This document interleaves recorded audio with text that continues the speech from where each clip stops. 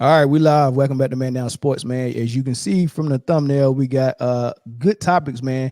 We're going to get to that LeBron and Luka topic. I think that's going to be a good one. But you see, we got four squares. Jay's not here. Zoe is running late here, being here. But we do have a guest, Ken from National Sports Chat, man. I ran across his YouTube channel, man, and he was spitting some game and some facts, man. I had to jump in this comment section and have a talk with him, man. And then, man, we linked up on IG. And then we was like, hey, man, let's do it. Get a collab, man. So I'll be on his show probably in the next couple of weeks, maybe. But I had to invite him on ours, man. So he go rock with us, man. Can you tell us about your podcast, where to find it, and all that good stuff? Oh, also, before you even get there, the link to his podcast is in the description. If you want to go ahead and hit that and sub, I recommend that you do that, man. It's good content. But can you tell us about it and where to find it?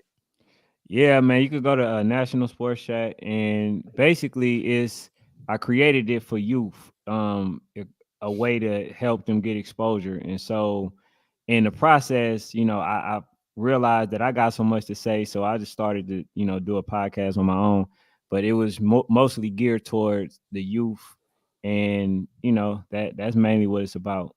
Yeah, so it's on YouTube, IG. I mean, I already seen your stuff on IG, but on IG you got a lot of the youth sports stuff on there. But on the YouTube, that's why I saw your podcast at. So you got both of them on your YouTube channel, right?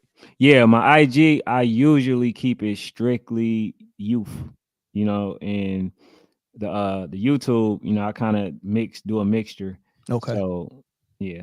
All right, and then the Dane Lillard interview is on there too, right? Oh yeah, you could definitely go check out the Damian Lillard podcast that I did with him. It's somebody I grew up with. So if y'all want just a little bit of insight about some stuff that you may not know about, it's an interview you can check out.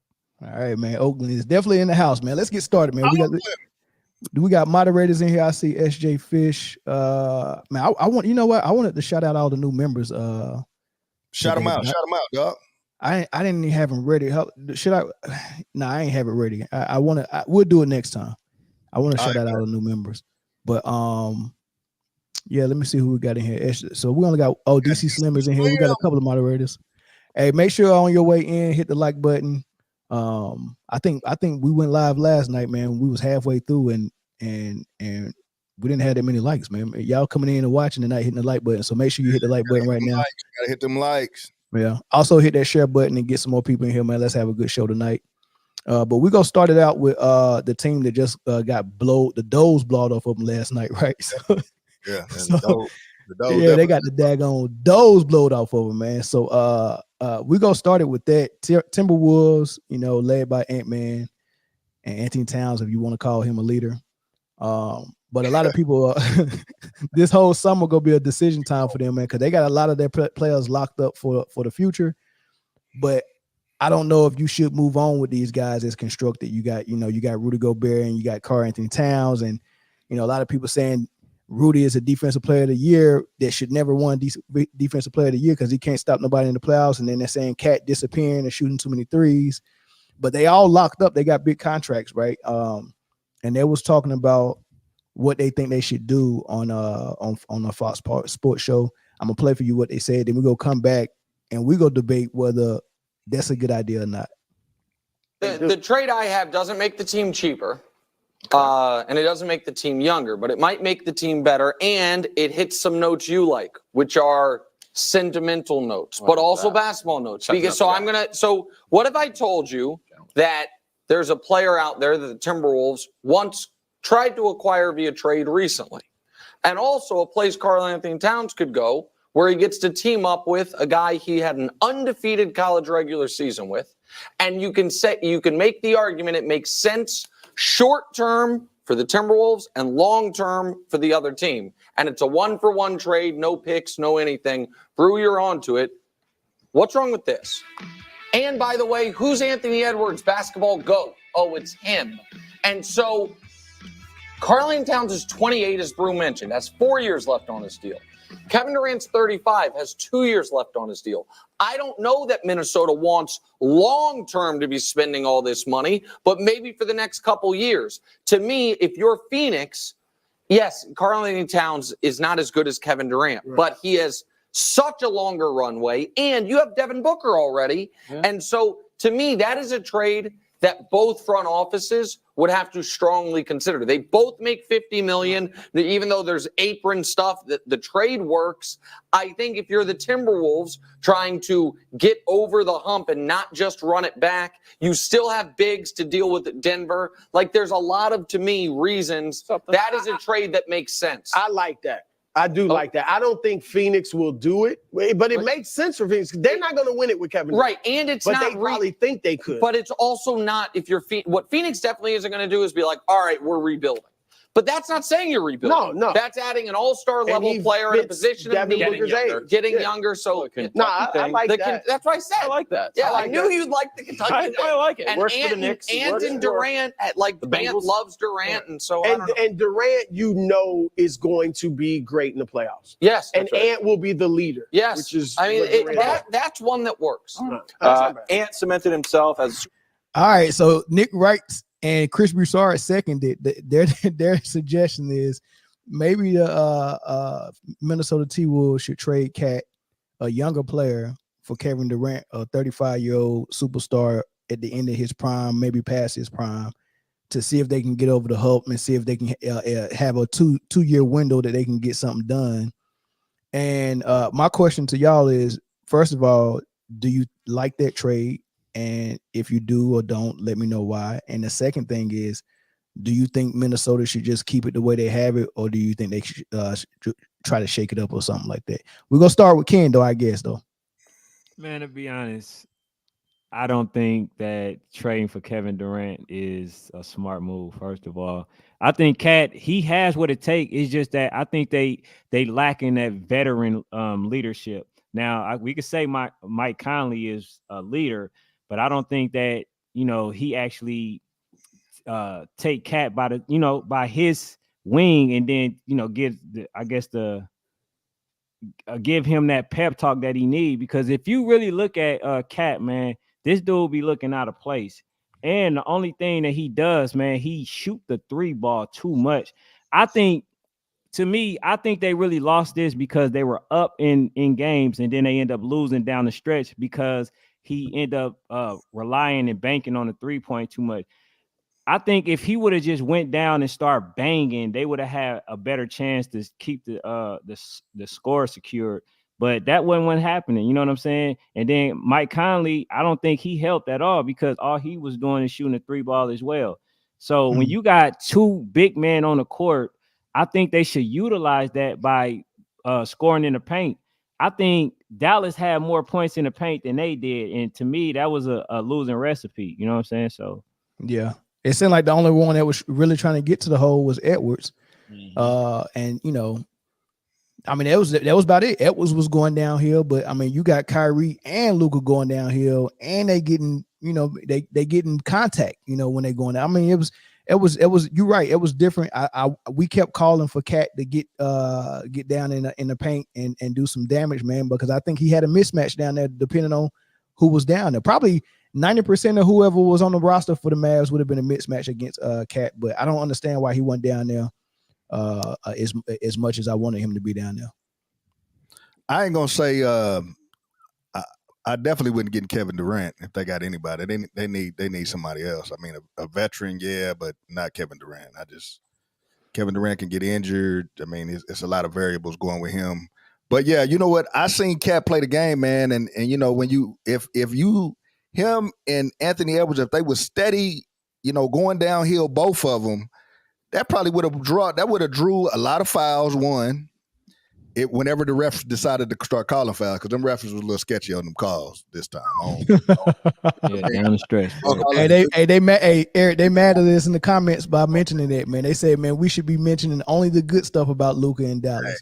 Hey, I'm just saying. So, but what I did, man, Cat be going up soft, bro. He be like trying to do little finger rolls and shit. I'm like, bro, jam that motherfucker. Use the backboard. Excuse my language. He need to change. He need to change his name to Truck or something. I think he actually think he a Cat. What are you doing, bro? And then shooting the ball, shooting a gang of threes. I'm like, I get it. One game they was falling, but I'm like, man, that's not your thing. And then the thing about playing basketball is once you start getting a couple of shots in, now you motivated. Yeah. Now you might start knocking down everything. But I mean, he'll go up there and go soft and fall down all hard and act like he hurt. I'm like, come on, man. Like you can't be that big and that soft, man. So you saying no to KD, but are you also saying they don't need to make any major changes? Because hey, you know what? You know what they need? They might need to get Dame over there. How? Dame, you see what Dame? He kind of struggled with Milwaukee because he's trying to get acclimated and not trying to just take over somebody else's organization until he actually feels like he's doing his part. So that wouldn't be a good look. Although they're young. I think he could mentor a man up to a subliminal spot in the playoffs, possibly the finals. Man, can you imagine if you had him on the outside, Anthony Edwards and Cat going on the inside? I mean, that's a deadly trio. Yeah, but I don't like another change for Dame at this moment, man. He just left Portland. Where they tried to get him, what he needed to get them over the hump. And then now he just got paired with another superstar, something he ain't never had before. And they just had 1 year together and they need to figure it out, and they had a coaching change midway through. For him to change again via trade, that ain't good. But I would have loved to see him in Miami. I would have loved to see him in Philly with Joel Embiid. I mean, I'm just saying. Yeah, Embiid definitely need a solid number 2. Yeah, we'll see. We'll see. Maxi's down there, but those dudes. Y'all keep trying to sell me on Maxi, don't you? I like Maxi. He it's short work. So, and this is the first season he had this breakout. We'll see what happens next year. So I get your hesitation on him. But as far as that trade go, man, first of all, these dudes contradicted themselves in that clip. They said you can't win with Kevin Durant, and then they said, "Well, Kevin Durant gonna ball in the playoffs when you win." That just shows the credibility that they don't have. But as far as that trade go, I really don't want them to trade anybody. Not this year. Next year, maybe. I want to see if they take the gradual growth steps. Maybe some key pieces, but Mike Conley, he's long in the tooth, as they say. He's been in the league for a little while. But he's not hard to replace, though. That's what I'm saying. Like, he would be, if I'm looking at the lineup as far as age, Mike Conley is the veteran. But they got Kyle Anderson, who a vet now too, and Slow-Mo played really well against Luka at times in this matchup. But he's a free agent. That's one of the decisions they got to make. Yeah, that's one of the decisions they got to make this summer. Okay, well, yeah. But yeah, point guard would be the position I look to replace. Maybe somebody a little bit more dynamic, somebody who can get to the cup, or somebody who's so much of a threat that you can't do that hedging stuff and doubling off the screen and roll on Ant. Like, anytime gravity happens, players get free on one-on-one matchups, and you like that. And bro, King, you hit the nail on the head. So did you, E. He is 7 foot, but he act like he's 6 foot. Like, Cat shoots the ball ridiculously too much. He goes up, and every time he went up, he extended that left arm and tried to get some distance between him and whoever the defender was, and it was getting blocked every time. It's frustrating to watch. I was like, why don't he dunk the basketball? You're 7 feet tall. Please, Lord, let me go back. Please, hey, let me be 7 feet tall. I will say this though, Mike Conley. Yeah, you probably could upgrade that point guard, but you can't lose Mike Conley off this roster. He got to be in that locker room. I think so. And him coming off the bench, oh man, that just make your team better if you got the luxury of bringing Mike Conley off the bench. That's real dope, right? So, and then I think Alexander Walker, if he really wanted to assert himself, man, he could be a starting point guard. I've always liked him, even when he was in New Orleans. Yeah, right. So he can hit the three. He's long. He's got like a 6'4". He's long. He's got a long wingspan. He plays defense. I think he can turn it up, man. Like with that lineup of him, Edwards, and Daniel McDaniels, they're all defenders, right? That's a good 1 through 3 right there. So I like that, but I wouldn't make no changes, man, because the answer is never supposed to be, all right, let's make a major change. The answer is always supposed to be, all right, let's get better by making ourselves better, and then let's come back next year and do this again. So major changes I don't think is necessary. If that was the case, every time Utah lost to the Bulls, they would have went into the summer and was like, all right, who we trade, Malone or Stockton? They need another center though. They definitely need another center. I'm not riding with Rudy Gobert. That dude lost him that game. He kept getting dunked on by Lively. He can't get back in motion. He tried to play. Look, did you not see a repeat of what just happened? What Luka did to him to win the game, it was the same thing that happened with him and Steph Curry. Except for Curry made him turn around in full 360. But he's not a legit defender.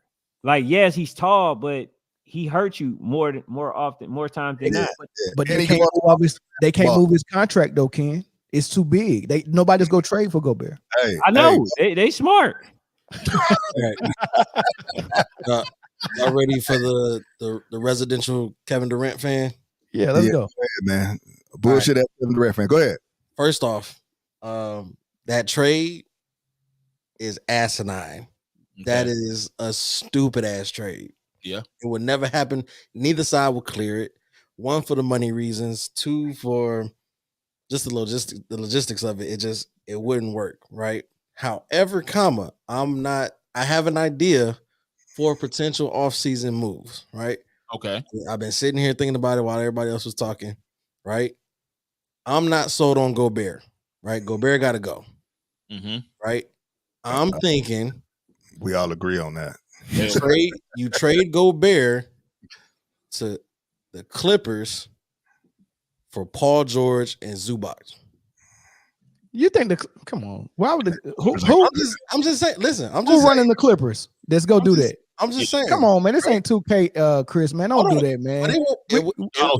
So you gonna let me finish? Yes, sir. Yes, sir. Go ahead. Yes, sir. You trade Gobert and maybe a bench guy. I don't know, for Paul George and Zubac. Right?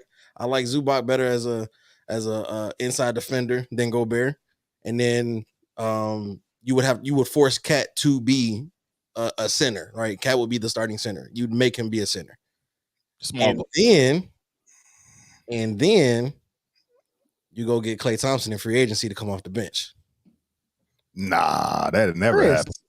What, Chris? What are you doing? Klay probably ain't gonna come up. The reason why, there's a couple of reasons why I don't think this will work. But the reason why PG is gonna get a contract extension because the Clippers would be stupid if they don't.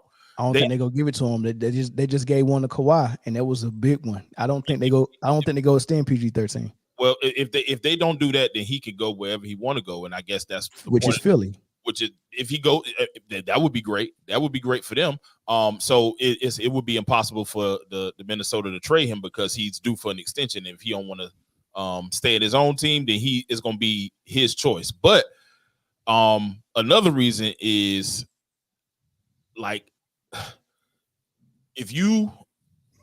y'all feel about Nas Reed? Just had a breakout year. How y'all feel? I love him. I love him. He stays right where he's at, 6 man. Are you brave enough to move him into the starting lineup and move Gobert, who's making way more money, to the bench? Yep. I would consider it, and that's why I was going with it. That's I would consider it. That lineup right there. Even though Cat is not the most physically dominant and he's still 7 feet tall, put your arms up when somebody's going to the cup. You know what I'm saying? Defend, go get vertical. But Nas Reed gives you a really, really good mix at that 4 spot of offense and defense. He can guard some smalls. He can move his feet pretty well. He can shoot. And what I saw aspect of this game I wasn't really familiar with is him going to the cup. Like, he was scoring ones going to the cup. And so if you can. If it rather than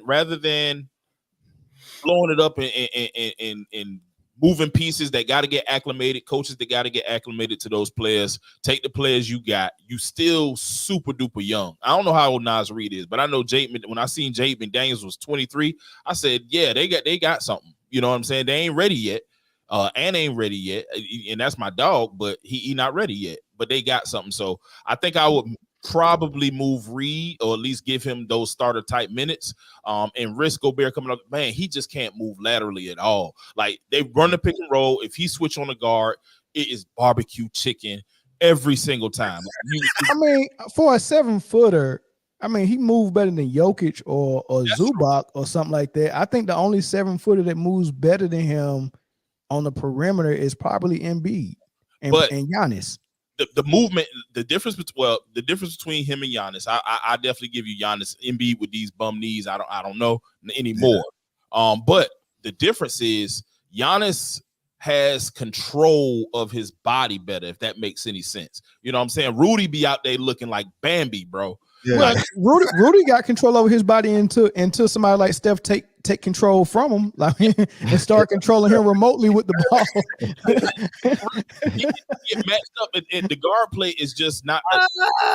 He traditional center type. He Clint Capella. Like, he you not gonna get no offense from him. He'll grab some rebounds and he gonna block some shots. But at the end of the day, you can't, like, he's shown himself to be too susceptible. That's why small ball works in the first place, because you got a bunch of dudes that can move. But I swear, every time he's on the perimeter, I feel it like I'm the coach or his teammate. My heart flutter a little bit, like, oh God, this man about to be another mixtape.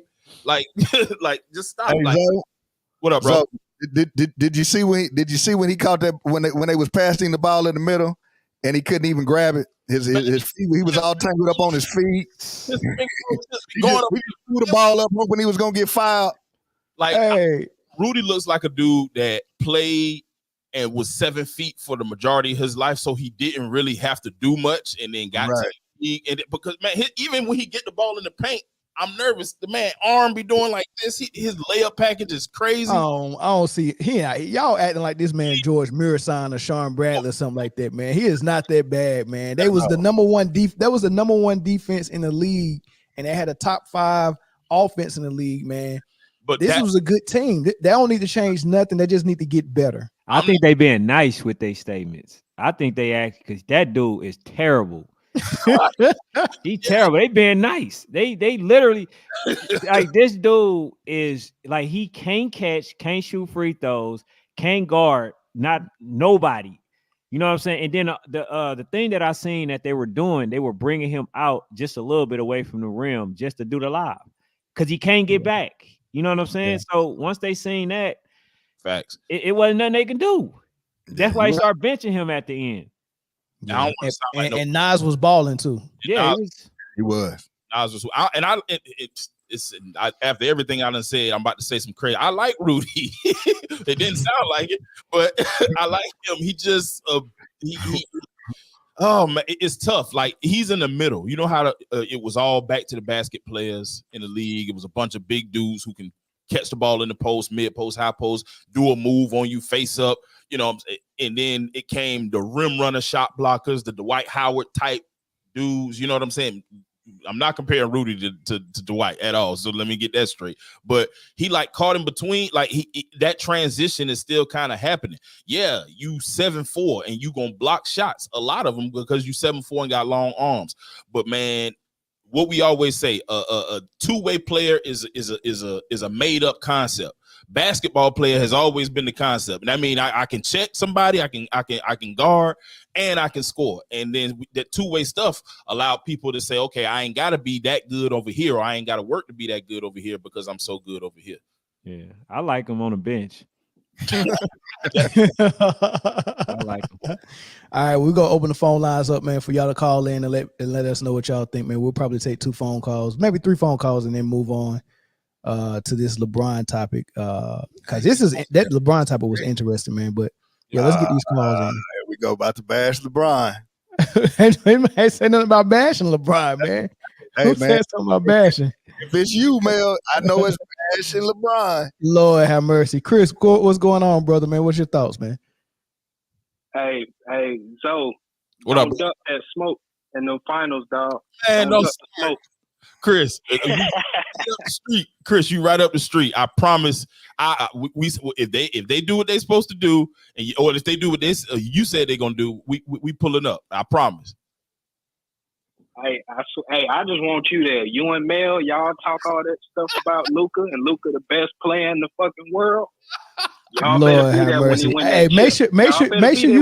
sure you stick around for the next segment, man, with that Luka the best in the world stuff. Mhm. I got something for that. Uh-oh. No, but I'm gonna tune in because y'all said y'all gonna be watching the finals on live, right?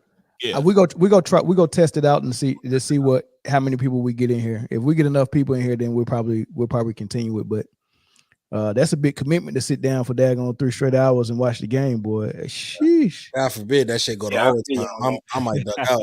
That Yeah. bitch go overtime. Why? You see who be showing up for work, Melvin?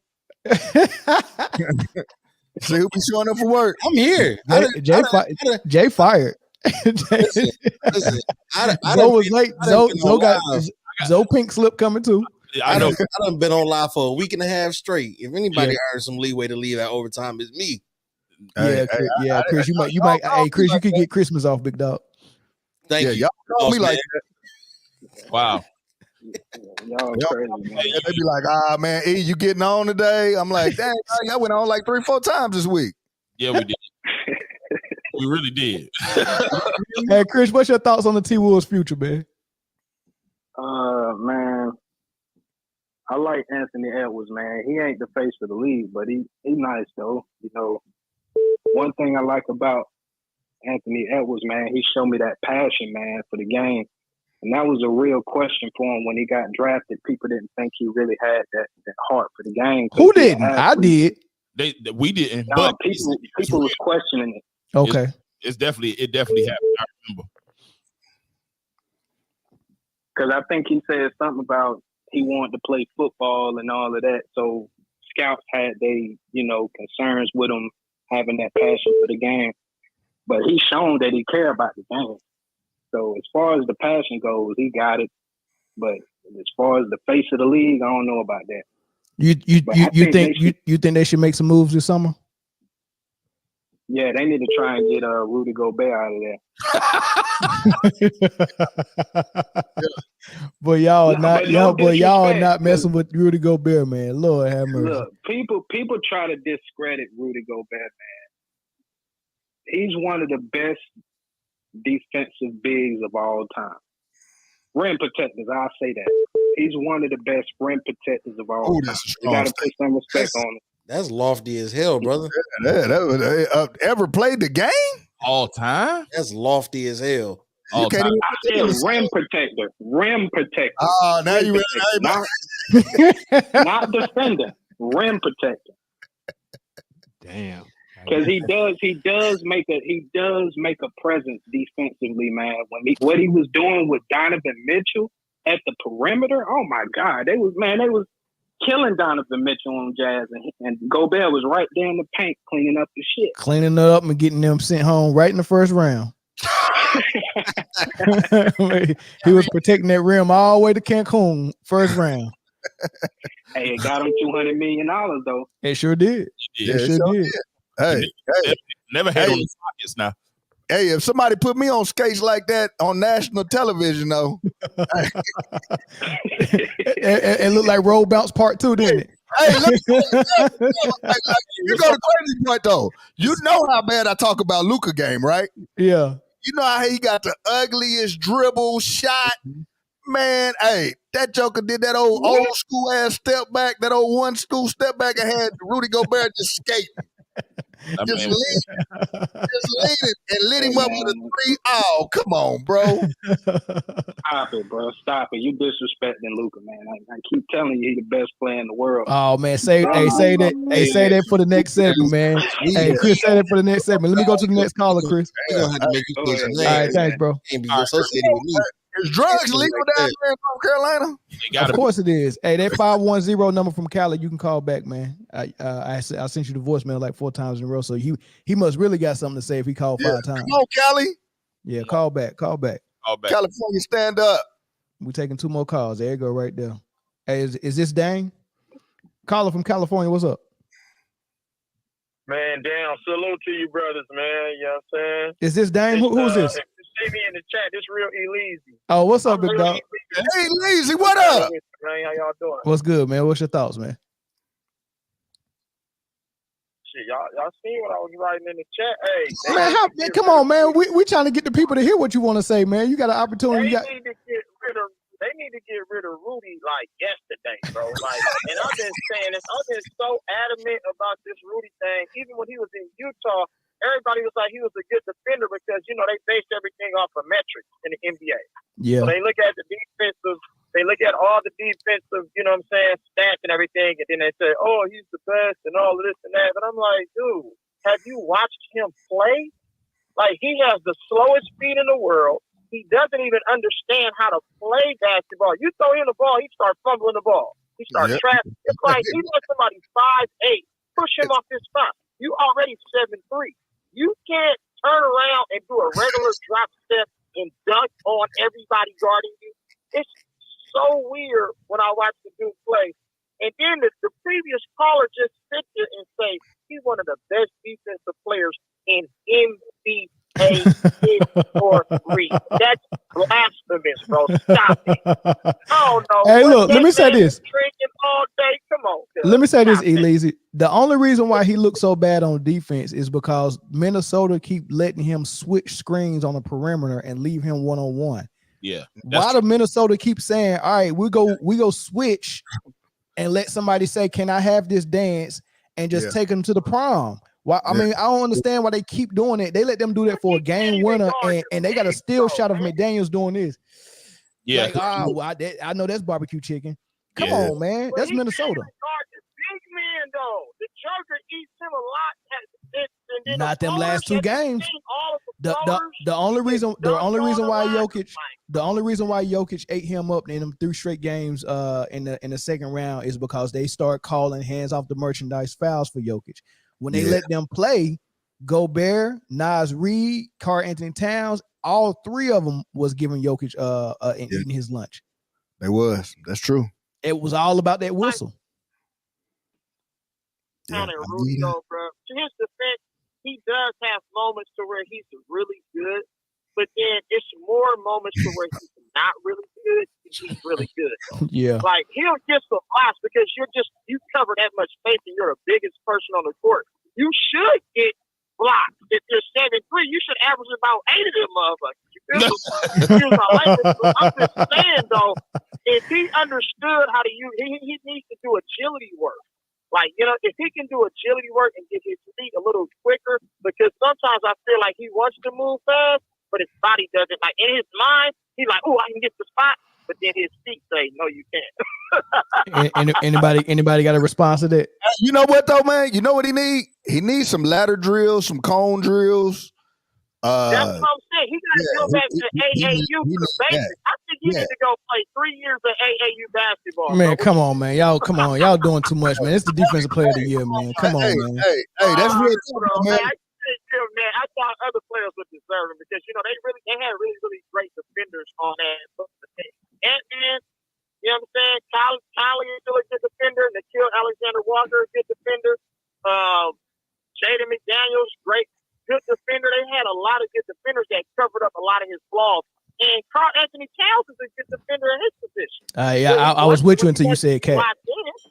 When he wants to be locked in, like, you know what I'm saying? That's just what it is.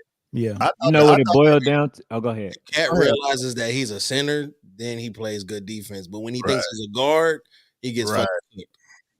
But as far as Rudy Gobert, I think really what they lack, what the majority of them lack, is the IQ for the game.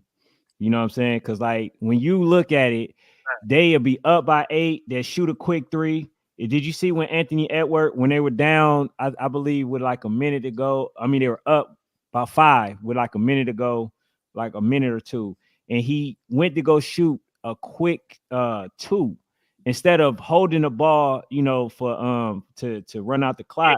He shot a quick shot. And that's part of, maturity. They're not mature. You got a young team that's just making young decisions. Rudy Gobert, he just lacked the IQ because, like he said, somebody said, where he was down at the bottom, you know what I'm saying? He had a guard on him and ended up getting blocked when all he had to do was really just turn around and do a drop step for the dunk. You know what I'm saying? So it's IQ. It's Right. IQ. Yeah. Hey, Elise, thanks for the What do y'all call. think about? Hey, no, Hey, hold on. Last question, bro. all right, go ahead. Once you answer the question, I'm gonna go ahead and move on and we'll answer it. Got it. Okay, go ahead. Got it. The last question I want to ask you: what do you think? How you think Kyrie is going to handle the heckling and his mental capacity in this NBA Finals when he plays on the road? That's a good question. And then I'm good one, bro. All right, thanks. All right, who want to start with that one? You want Go ahead, Chris. Go ahead, Chris. Okay, so I think Kyrie now is in a different headspace than what he would have been maybe a couple years ago, maybe when he was still in Brooklyn. I think it's more so he knows what's at stake. He knows what it took to get here. And I think he has the mental fortitude now to be able to just go in and just block everything out, take everybody out the arena, and it just be him and the 9 other guys on the court. So I don't really think it's going to affect him that much.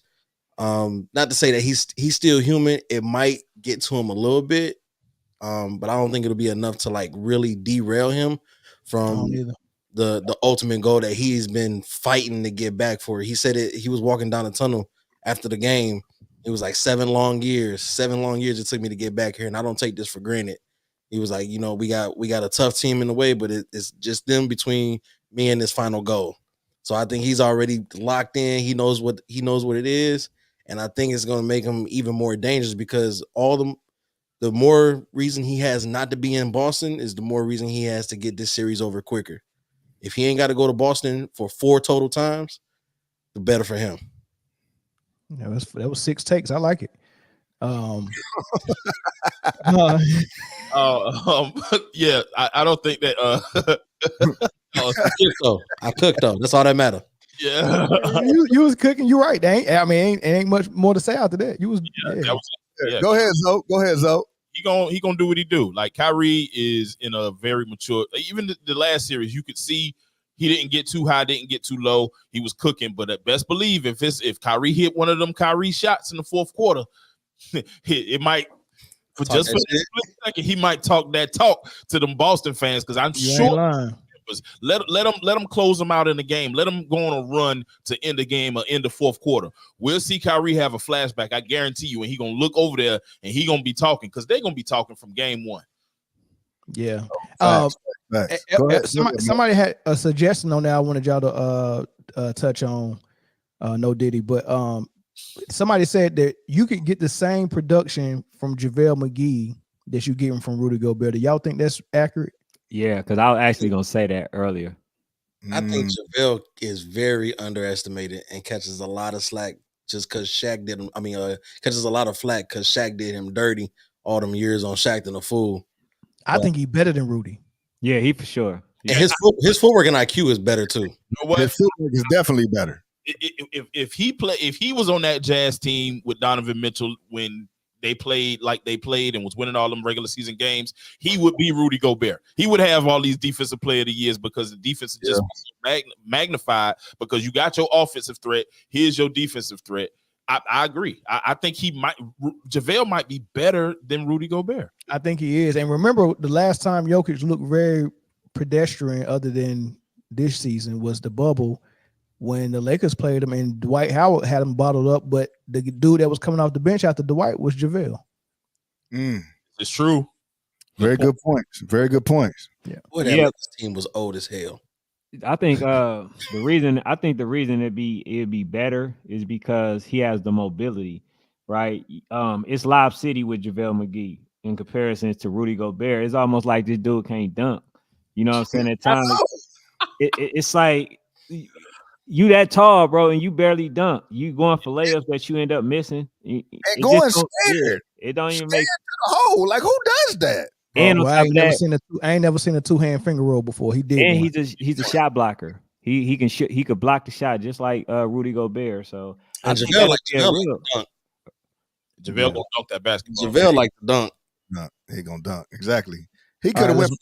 He definitely could have went for that drop step, man, and totally like went for it. Killed him. Like, what are you doing, bro? Could have killed him. Go ahead, Mel. We on the next topic. Yeah, next topic. All right, All right, so I think this is what everybody might have clicked on the link for, man. This Luka versus LeBron thing. You remember when Luka was putting up big numbers and they was comparing him to LeBron at 22 and was like, oh man, who's better at 22? And by the numbers, Luka had better numbers, right? Now he's 25. Now they're doing it again. Who's better at 25? Luka, LeBron. And they talked about it on the Girls Arena podcast. I'm gonna play for you what they said, then we're gonna come back and we're gonna try to figure out, is Luka actually a better player than LeBron at age 25? We'll find out. We'll see. But listen to this. So they told me I was crazy for saying Luka was better than LeBron at age 22. Age 25, it's not even close. So at 25 years old, Luka's a 5-time All-NBA first-team selection, finished top 8 in MVP voting each of the last 5 seasons, including a third-place finish this season. He's also a scoring champ, which he accomplished this season. Before coming to NBA, Luka was a 3-time Spanish League champ, in addition to winning the EuroLeague chip and MVP in 2018 as a 19-year-old.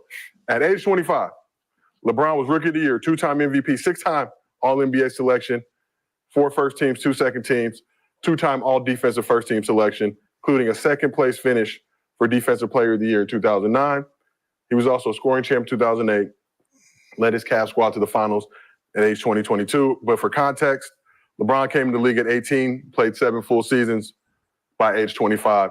Luka came in the league at 19, has played 6 full seasons, including this postseason run right now, but 6 full regular seasons. So let's play a game of facts or cap.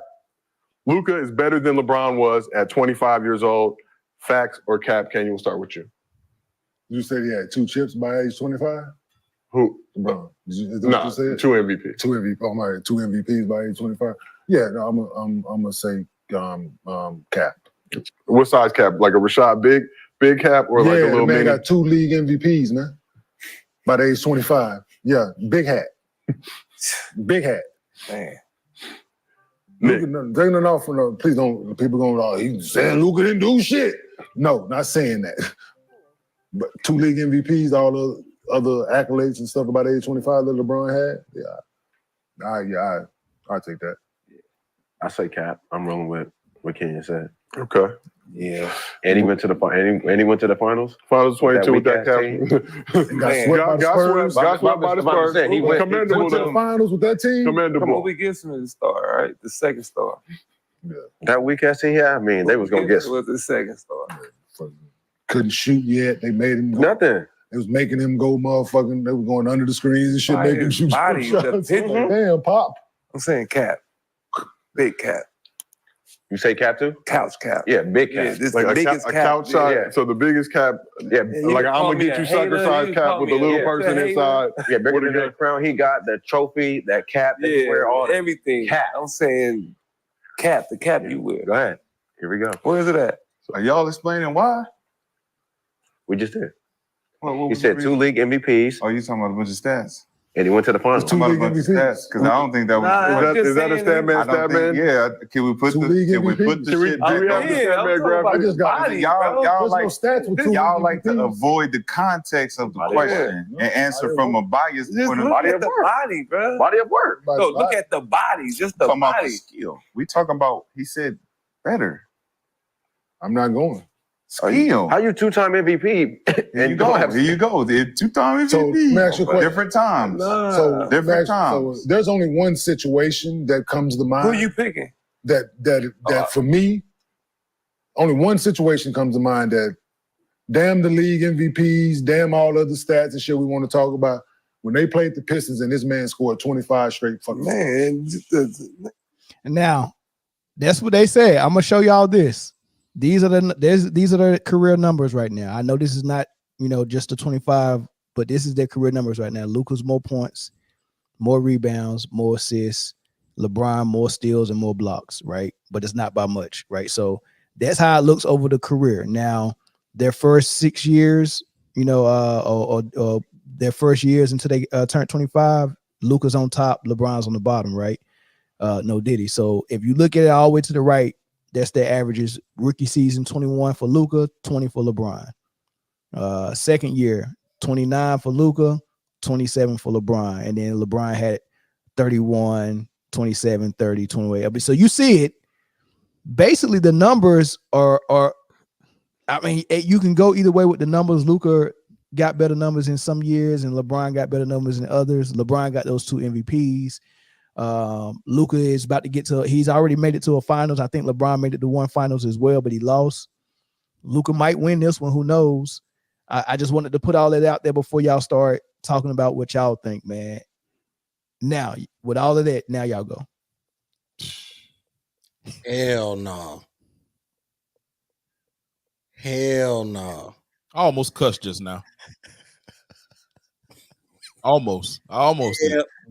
What is it? Drugs? It's got to be drugs. Somebody said, "Can we go back on JaVale McGee, please?"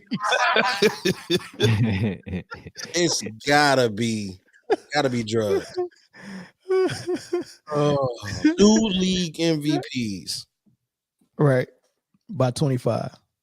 A finals appearance with a group of nobodies. Don't do Well, that. okay, maybe y'all need some help from the comments. Don't do that. John Pettit said Luka better than LeBron, hands down. He shoots better. He hits free throws. That's cap. And now has shown he's smart enough to change his game to win, not just make super teams. That's one perspective.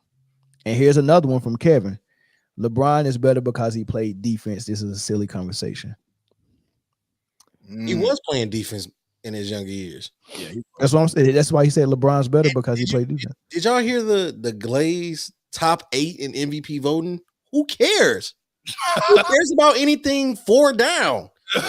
He was top 8. I mean, he didn't even make the final cut. Although he didn't even make Hey, he's a really good loser. Top 8. What that threw me. So there's nobody on the panel that think it's Luka. No, I don't. I'm gonna no. I'm gonna tell you this though. I don't really care for LeBron on the basketball court. I think he cheated the process. I was a LeBron James fan when he first came to the league, but once he went to Miami, I realized he cheated the process because you had to join 2 other players that was carrying their own organization. And then when he went and played with them, he 1, 2, 3, 4, 5, because he knew he cheated the process, right? So I stopped watching LeBron in that regard. This is why the numbers really can't tell a full story. Yes, Luka got better numbers than him, right? But LeBron James ended up having 40,000, but he's still not better than Jordan. That's how numbers can, can sometimes not tell a full story. Mm-hmm. Luka is a good player, but LeBron James was much better, but he also had more favoritism as well. He didn't come in at being expected to be the face of the league. So that's why I believe some of LeBron James MVPs was, in Rookie of the Year was basically given to him because I felt like Carmelo Anthony did a better, rookie season than him. So, that's a great point. That's a really good point because there was some questions about that Rookie of the Year because Melo was hooping, and he'd been hooping since. He spent 1 year at Syracuse, won a ring, and came to the league and was doing the same thing.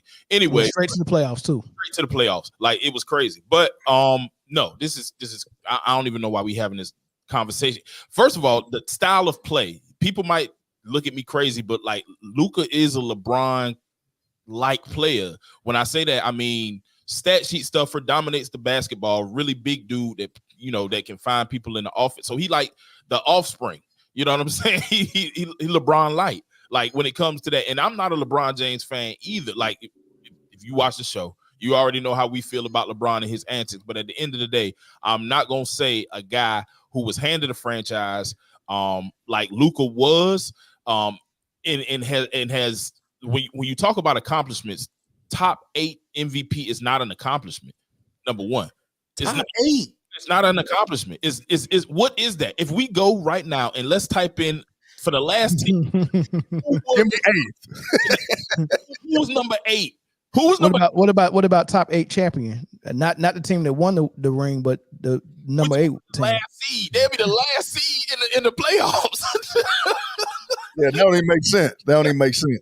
Crazy. They'll make up something for the people that they like, and they did this for the LeBron sometimes too, or have false situations. But Luka, you still young. Before we compare these dudes to all-time greats, let them finish their career. I'm a believer in that when it comes to anybody. I think that's why Ant Edwards, the MJ son stuff, like I said, he looked like him in the face, but give that man time to turn into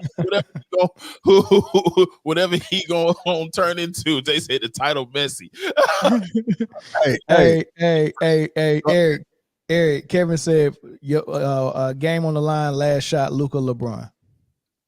I'm going with LeBron, dog. I'm going with Luka. I'm going with Luka for that. I'm going with LeBron. The reason, I'm kind of like you was though, Ken. You know, I was mad at LeBron when he went over there to Miami at first, right? Mm-hmm. And then when he came back, I kind of jumped back on board when he went back to Cleveland because I felt like, man, why did you leave the Midwest, bro? Why did you leave your home city to go down there to Miami, team up with some other superstars? Yeah. And I had him in the MJ realm. Yeah, he did the same thing at Cleveland though. He did. He kind of clicked up with more superstars. Bro, please tell me that's not a real stat. I hope not. That's a real stat. Oh my God. No, it's not, man. No, it's not. It can't be. It's not real. But you know the fact that we even questioned it. And to tell you something. Hey, you know what though? This should be the shortest topic we talk about today. It really should. You're right. I don't even know, but it's a lot of people in the comments. We'll see when we open the phone lines up because there's a lot of people in the comments. It's conflicted, man. The phone lines up because this is ludicrous, right? Well, I don't even see why we talking about this. Yeah, I would like to say one more thing though. What's up, bro? The far as the numbers, right? I'm really not as impressed, right? I want to say around when Russell Westbrook was averaging a triple-double, to me that was kind of impressive. I think this league is so weak and so, watered down to the point where those numbers that he's getting is not that hard to get, especially when you're a ball dominant player. If the ball is always in your hand, you're going to have to make a pass. And especially when you're passing deep into the shot clock, they got no choice but to shoot it. So you're going to get the assist and you're going to get your point. So it's not that impressive because it's an offensive scoring league now. Yeah. And also like the 6-7 years that we were using for LeBron up to 25, right, was still in a time when the league allowed defense, right? Mm-hmm. And he was still able to average 28, almost, 30 points, for that. I think he got 30 in one of those seasons, right? So, like, Luka's getting these numbers now, like Ken said, in a watered down, offensive heavy league, and LeBron was doing this when there was still defense allowed and playing defense at the same time. What he got two All NBA defense team selections. Mm-hmm. And then wasn't like a runner-up for Defensive Player of the Year. Like, come on now, Luka would never. Hey, y'all better not bring up them Euro chips. Y'all know them Euro players ain't not playing like these Americans. Stop. Nah. The Euro League tough now. You seen what they did to us in the Olympics? They still got their defense going. Yeah, they still playing tough defense, man, and we can't handle it. Did y'all watch the Dream Team? That's different. That's 90s. That's 90s. The GOAT was playing. Basketball was real when the GOAT played. Hey, what about the Redeem Team? When the GOAT played, basketball was real. Now I don't know what this is. Everybody don't want to play it like that no more though. I'm saying we had the Dream Team. That was the total example that the Euro League has nothing on the American League. That was the prime example. When we had the Dream Team, that was in '92. I was around back then. Hey, let them know, put them on notice for all time. If y'all go to YouTube and watch it. Yeah. Hey, them Euro chips don't count nothing in this league. Well, the phone lines are open. We got a call on the phone from San Francisco, man. What's up? How you doing? Hey guys, it's Dominique again. What's up? Hey, we got a guest. We got a guest from the Bay Area on here, man. Oh wow, where about in the Bay? I'm from East Oakland. It's a place called Brookfield. I don't know exactly where that is because I'm originally from New York, but I love Oakland. It's like the only place where I can go to get like anything black. Yeah, like Chitlins. It's close to Alameda. It's just like literally you can get anything black. That's where you go is Oakland. I love it there. But yeah, no, shout out to Oakland. What's your thoughts on the topic?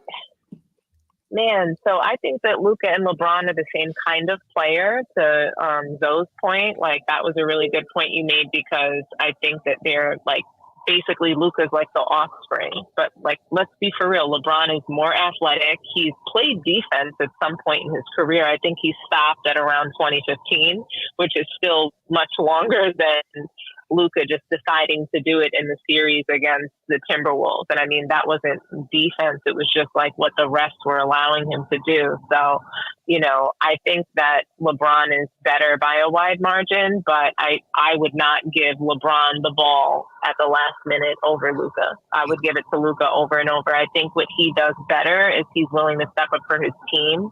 I do think he makes less excuses.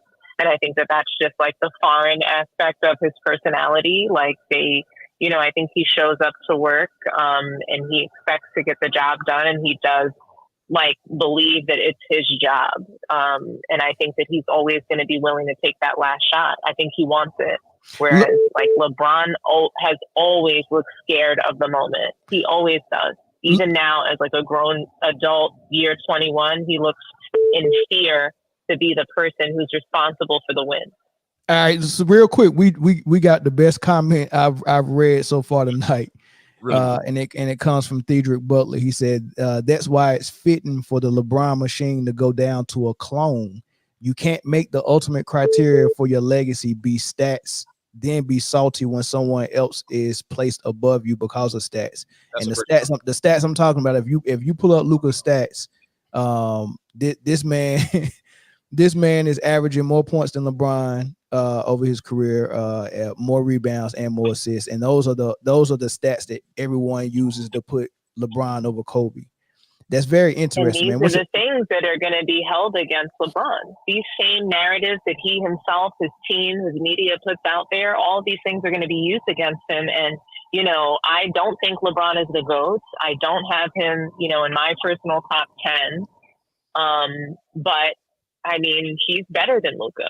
When you take a look at the athleticism, Luka cannot do what he does. He cannot, you know, I don't think he can even run like LeBron. I mean, it's just, to me, the eye test shows you that LeBron is better.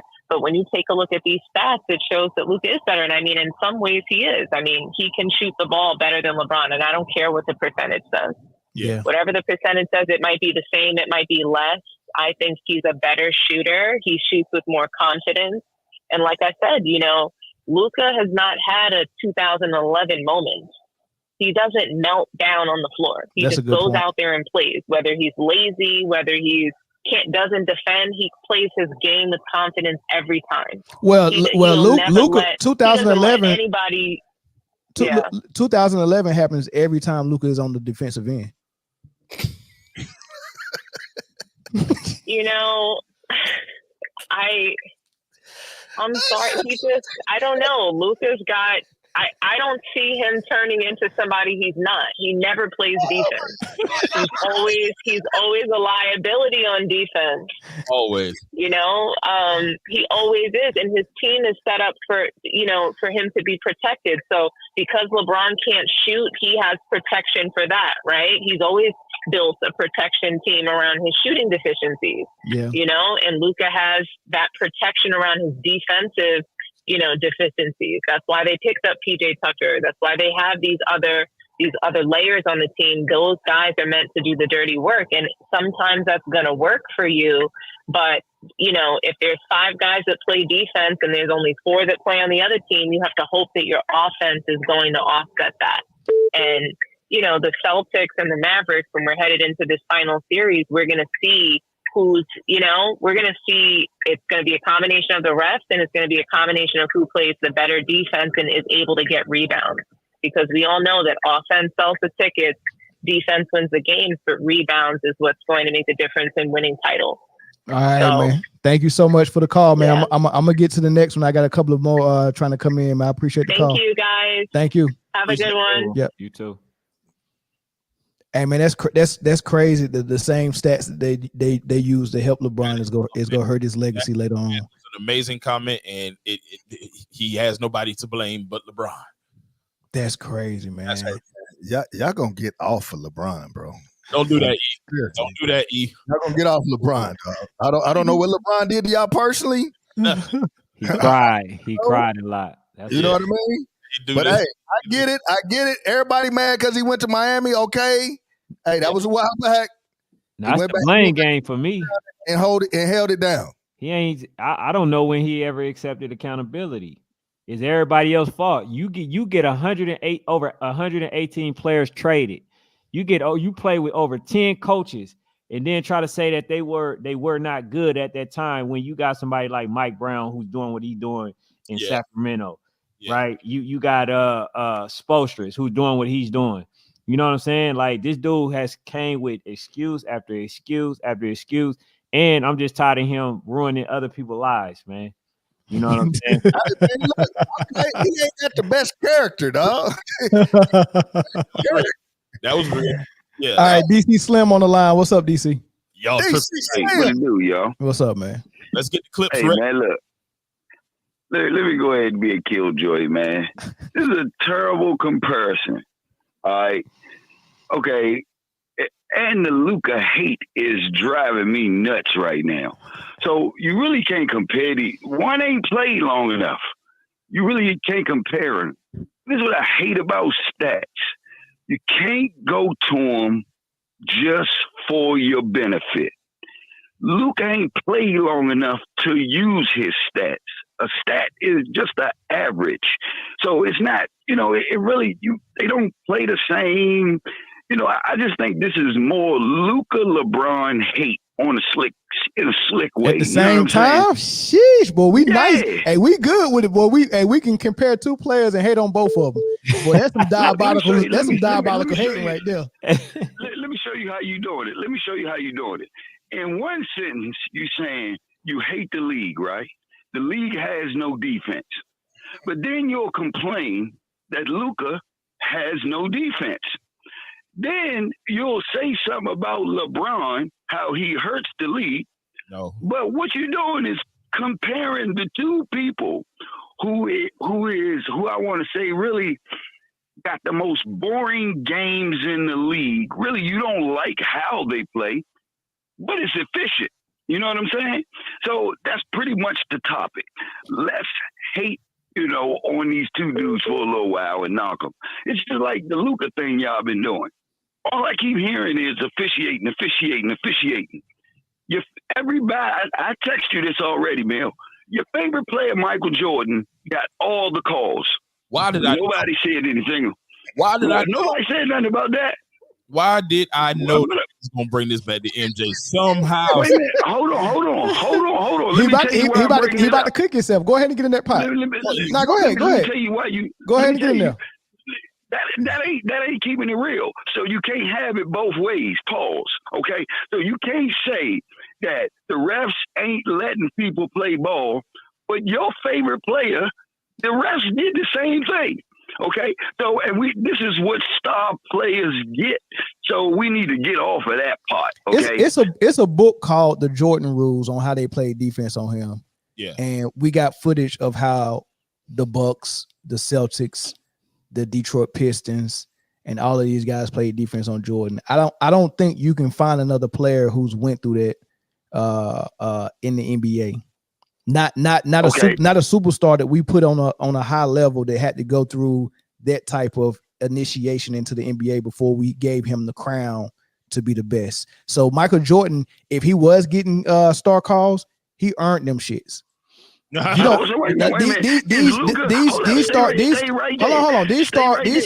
stars are coming in now and just automatically getting it because they want a new Michael Jordan. Hold on. I don't want to mute you.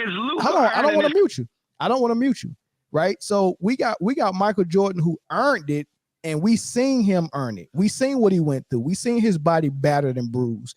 We seen the teams purposely beating him up. We seen all of that. So I don't want to compare him to what he earned versus someone who came in as a rookie and they was like, we need a new Michael Jordan. Give him star calls. Let's help create a new Michael Jordan. That's what you're getting with Luka. That's what you got with Jokic. They didn't go through. When have we seen Jokic, Luka, or LeBron go through anything that Michael Jordan went through?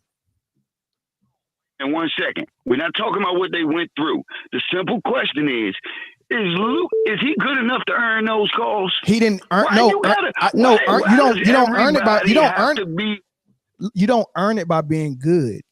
You earn it by going through what MJ went through.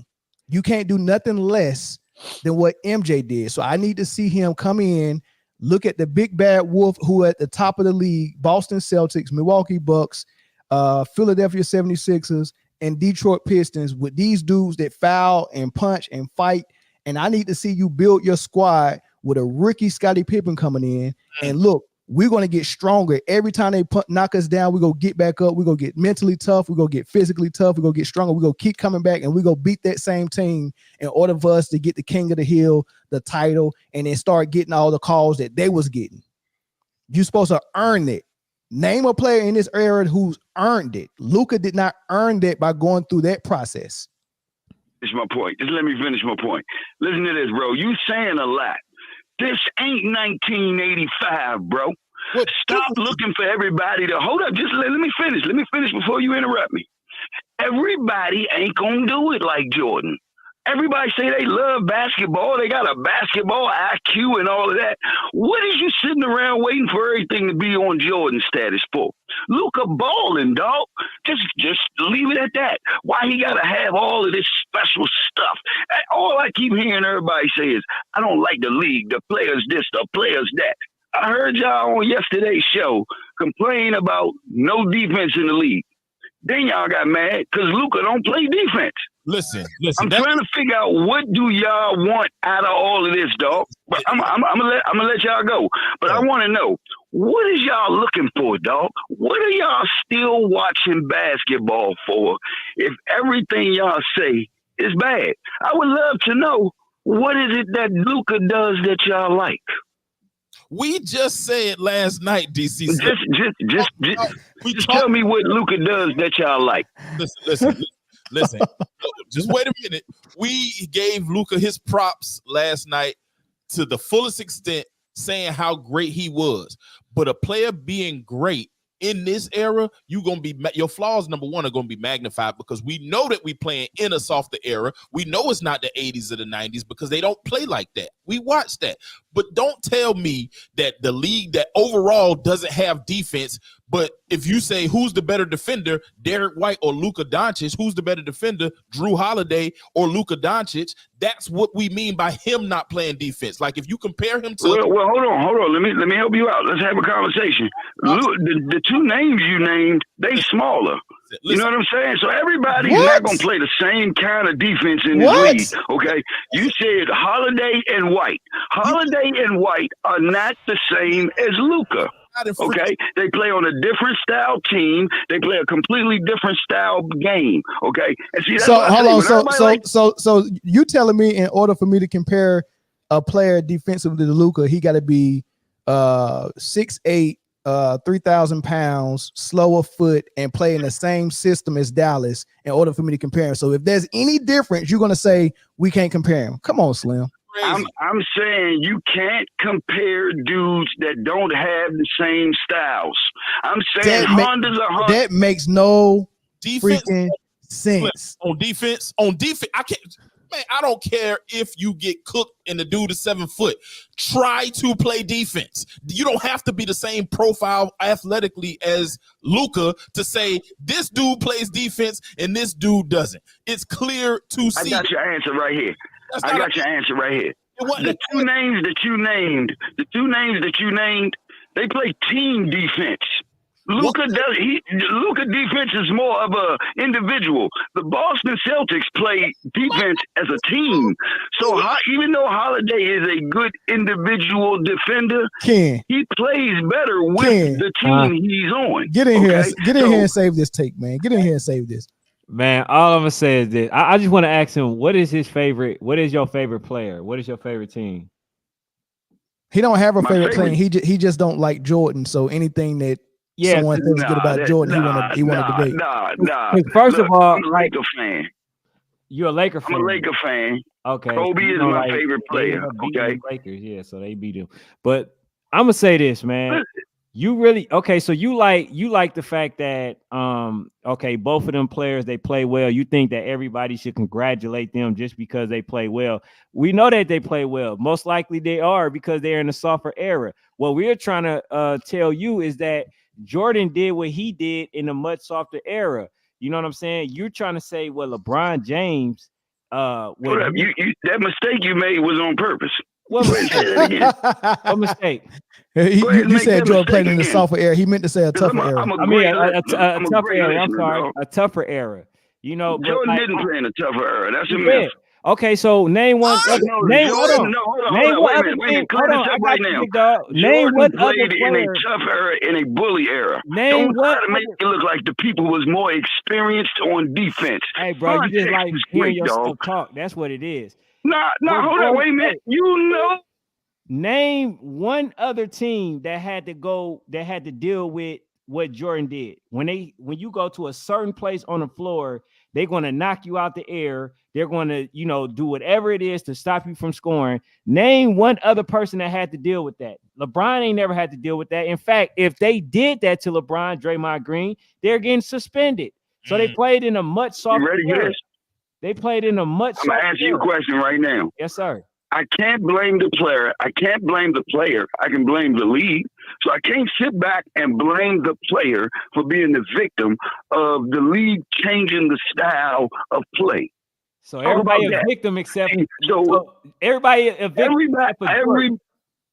So everybody a victim except I don't even like LeBron, right? Look, dog, Jordan benefited from the league the same way LeBron James did if you're paying attention. No, he didn't. No, look, dog, I'm older than you, dog. I literally watched him. I would rather. Hey, DC Slim. DC Slim. I would rather not debate who got the favor. I'm just going to say every star player, especially the one that carries the league, is going to get some favor. So stars get star calls. That's 100% the NBA's business model. Stars, including Michael Jordan. Is Luka a star? Is Luka a star? Stars, including Michael Jordan. Hold on. I gotta finish my point. DC. Stars, including MJ, Luka, Kobe, whoever it is, they're going to get star calls, especially when they're playing against a non-star. Right. My only point is, did they earn it? If I'm looking at Michael Jordan and I seen him go through a 6 to 7 year process of earning, you did it again, going through a 6 to 7 year process of earning it, that's totally different than someone coming into the league and all of a sudden you can't touch them as a freaking second year player. Yo, now here comes the part where Slim says, and says something absolutely ridiculous. Now, look, listen. I believe that you saying the stuff that you saying sometimes. I don't believe. Listen. I'm asking y'all a simple question, and but Slim, but you're not addressing what addressing what we're saying. I'm addressing it. Here it is, right here. Listen, you're using words like he had to earn it. I'm asking you, what the hell didn't Luka do to not earn them calls? What is I just explained it to you. I just explained it to you. No, he ain't Jordan. So you can't bring up Jordan in this because Jordan ain't playing. So you brought up Jordan. Today? Hold on, Slim. You brought up Jordan when you said Michael Jordan got star calls too, and I'm telling you, he earned those star calls. Luka didn't. Exact words were. If I seen Luka get beat up really, really bad like Michael Jordan did, I would not even complain that he got star calls. I'm like, man, I seen this dude fight through everything, every type of defense, and get up without, you know what I'm saying? I seen all that stuff, right? And I would be like, okay, man, all right, so he gets star calls now. That's normal in the NBA. Stars get star calls. That's very normal. That's not different from nobody. So now that we've made that point, yes, Michael Jordan got star calls. The difference is he earned them. But yeah, I appreciate that, Slim. Hey, I'm gonna go to the next call. I got somebody from I got Missouri on there. Go ahead and get your last point. That boy can confuse a horse. Yeah. DC Slim, go ahead and get your last point, DC. Did he hang up? I think we lost him. We lost him. Nah, he's still there. I don't know where he at though. So he might be having some all right, so I drop it. All right, caller from Missouri. What's up? Nah, I lost him too. Dang. Caller from Missouri, call back. Hey man, so speak to did it make sense what we were saying? It didn't make sense what he was saying because caller from Missouri, go ahead. Yeah, this is T, man. I just wanted to say, you know, the chickens that came home to roost. What we're seeing right now, and in my basketball group, we've been discussing the same thing, but I'm going year to year, not talking about age 25.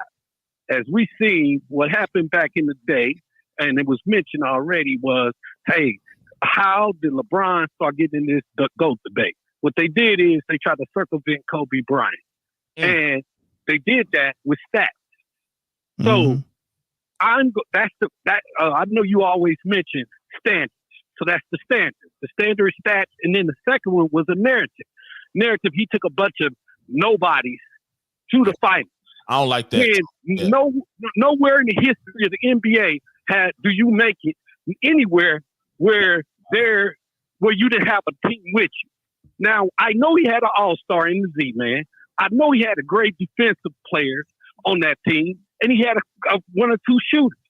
So it was a great system for him, similar to AI, what AI did in 2001. But we're sitting here, those are the standards.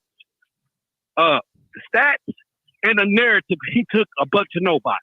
So now here's Luka, better stats. Luka is great, is in the finals right now. Now, so remember, winning don't matter. That's another thing. You don't need to win. They say you only need to get conference championships. Even LeBron said that. So Luka, right now, using their standards, Luka's better. And then I'm going to add one more element. Skill. Luka got a post-up game. Yeah. Luka got a mid-range game. Yeah. Luka got a three. Yeah. Luka finishes at the basket. LeBron didn't start playing defense until around 2009, 2008. So why are we sitting here acting like, and we all can Google all this information I just shared, acting like Luka ain't better? Luka is. He is, by their standards. Now, if you ask me, because I deal with skill, and I think y'all deal with skill. Yes, LeBron James is a better player, but I'm holding to his standards. And if you take away his standards, then he was never better than Kobe. And I always ask this to his people. When did LeBron James get better than Kobe? Because he didn't win to 2012. So we allowed the media to create these false narratives, and now the chickens that came home to roost. That's a fact. We got to deal with that because LeBron may be known in years as the most manufactured player ever. And, you know, when I say manufactured, I mean marketed, branded. And that's what I'm seeing in him. And I am so happy because, you know, I got Kobe as my GOAT.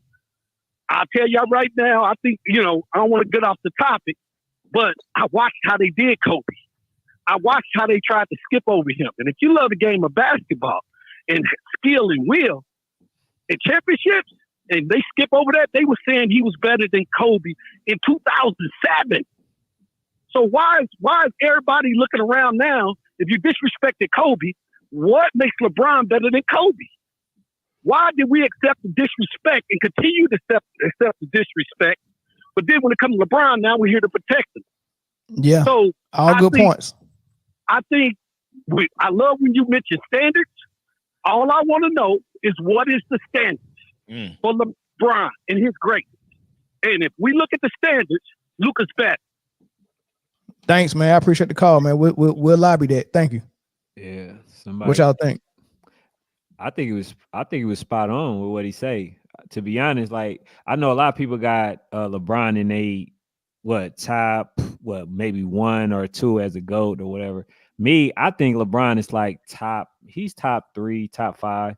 I don't even really get him the GOAT, you know what I'm saying? Because like I say, he played in a much softer era, him being 6'8", being able to run past everybody. And if you take away all the traveling that they didn't call, he probably only have about 20,000 points. If you know what I'm saying? So I'm just going to be honest with you. I think that he was coming in to where the league was actually getting softer. So he had a little bit of that toughness, but they still weren't able to play him the way that they should have been able to play somebody like that, being that he's 6'8" and trucking everybody.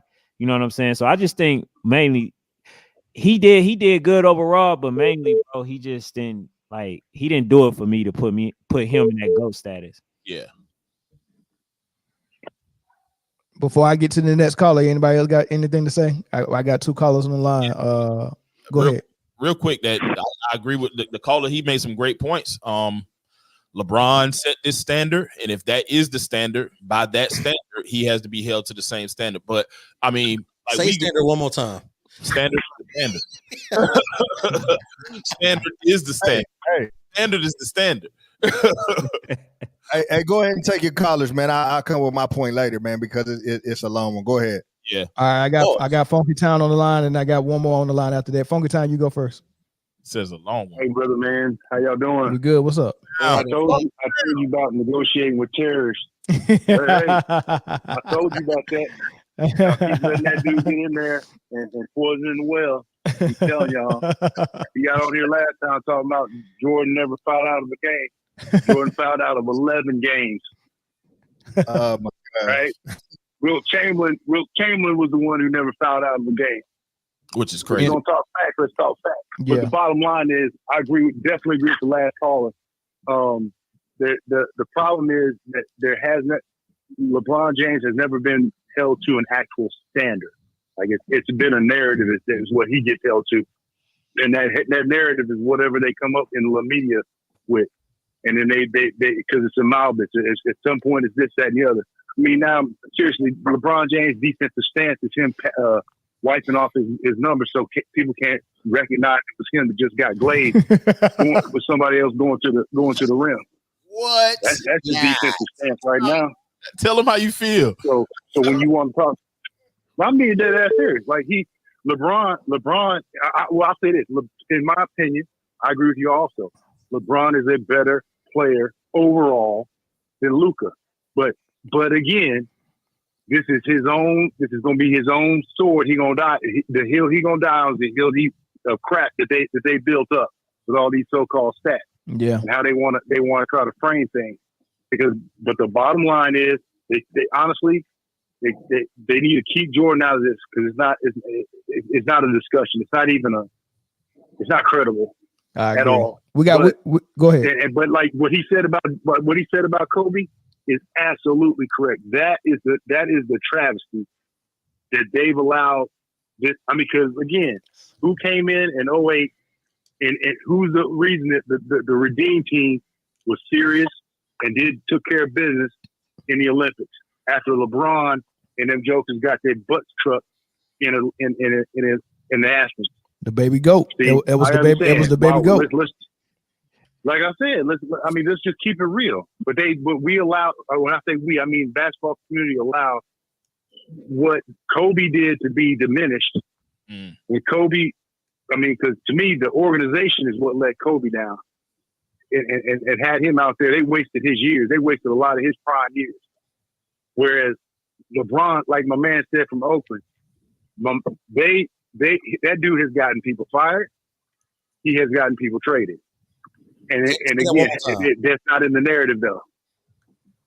You feel me? Hey, y'all keep having a good one, man. I'm loving the show. Keep it going. All right, thank you, brother. All right, caller from good. Thank you. Caller from Georgia, man. What's your thoughts?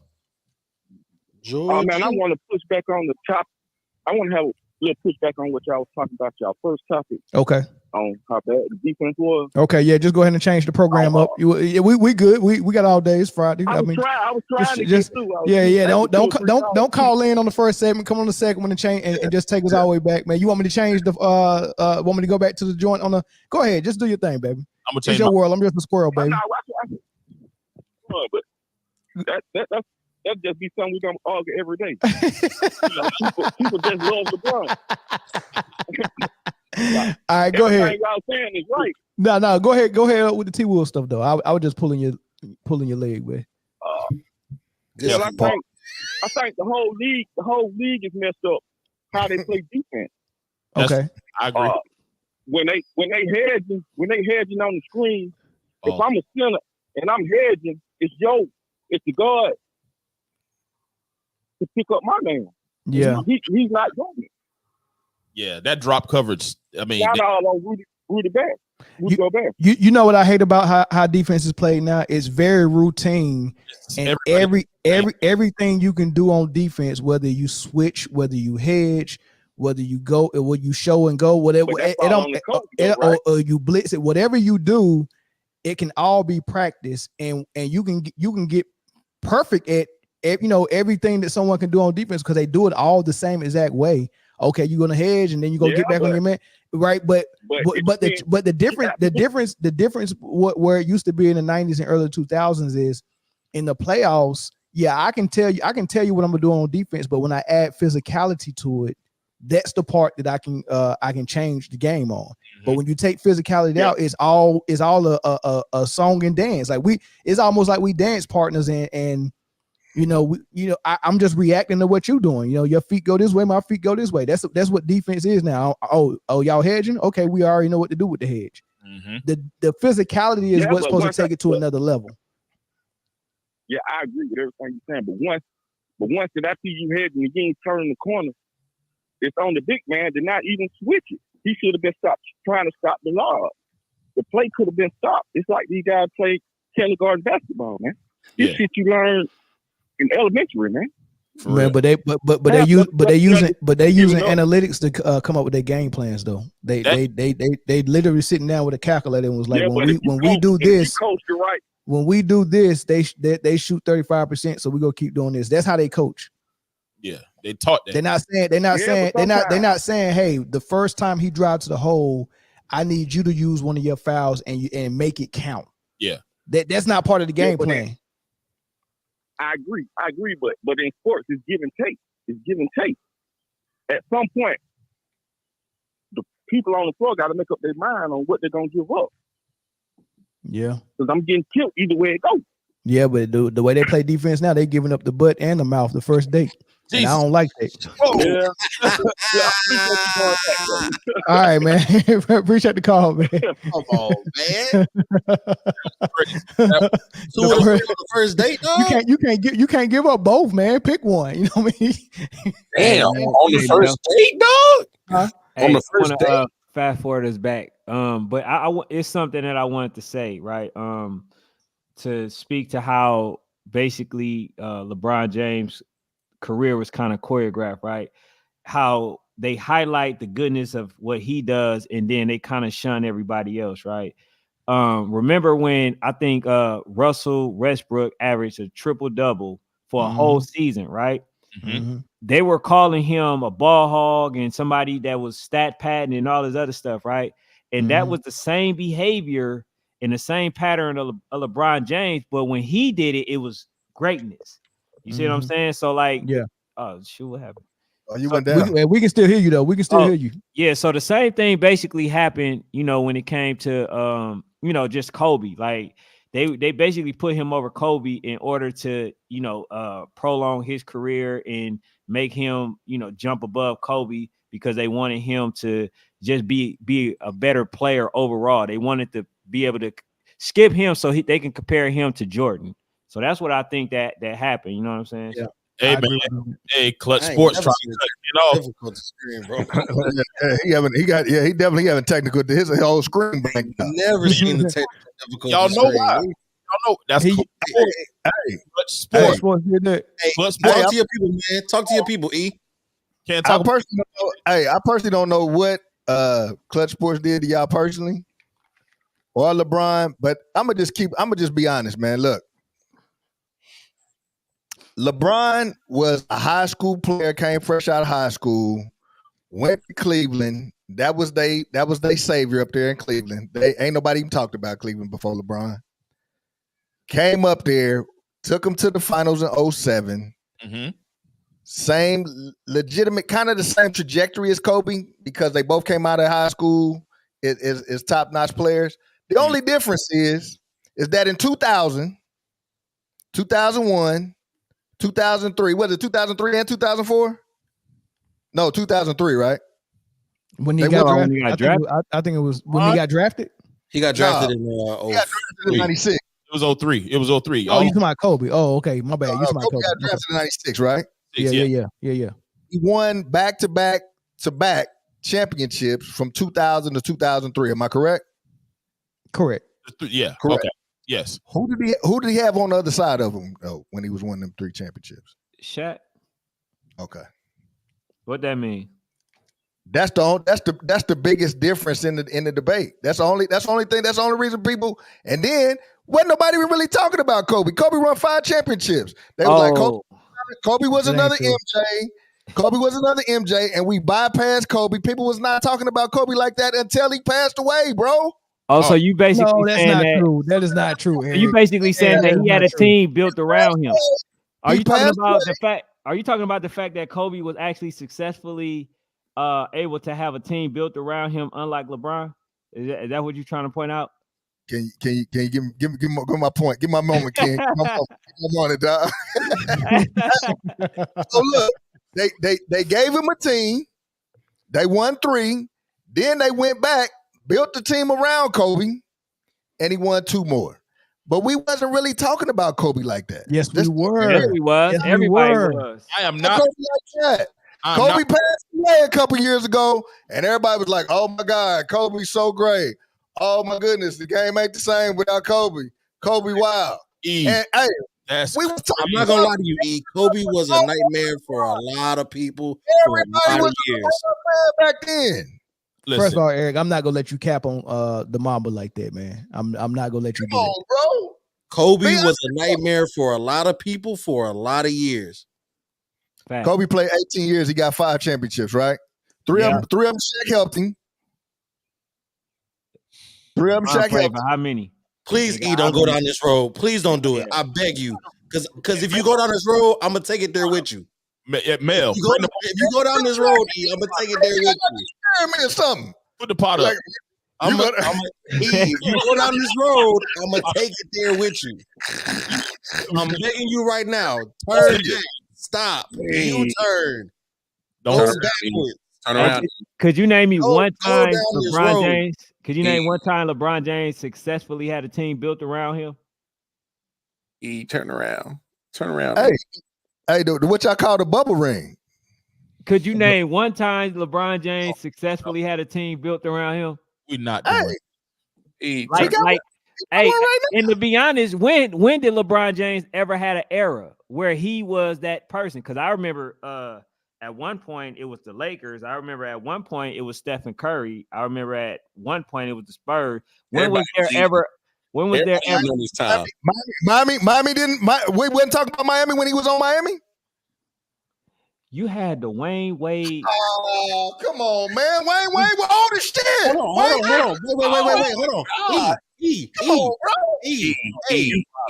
E. Let me ask you, how many years do you think? How many years do you think quantifies an error? I don't know. What do you think? 5, 10? 5? I say 10. Gotta. Well, no, we'll say like 5, right? We'll start at 5. And even still, if we use 5, Miami doesn't qualify. That's true. That's true. You can dice it up. Hold on. You can dice it up. You can dice it up either way you want. You can basketball back then. You can dice it up. Talking about Miami. You could dice it up.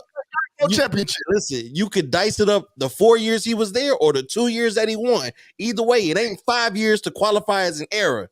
So what are we talking about? Hey man, look, y'all gonna get off LeBron, man. Hey man, y'all gonna leave LeBron alone, dog. See, this is where you're gonna get the unbiased perspective. We ain't pushing LeBron just like that. We ain't giving him no unjust credit. You know what I'm saying? Like he gotta earn what he gets. Even if you don't want to say he ain't the GOAT, he definitely ain't the GOAT. You gotta successfully have a team built around you to be considered a GOAT. And he has. Curry have. Jordan has. Go ahead, LeBron.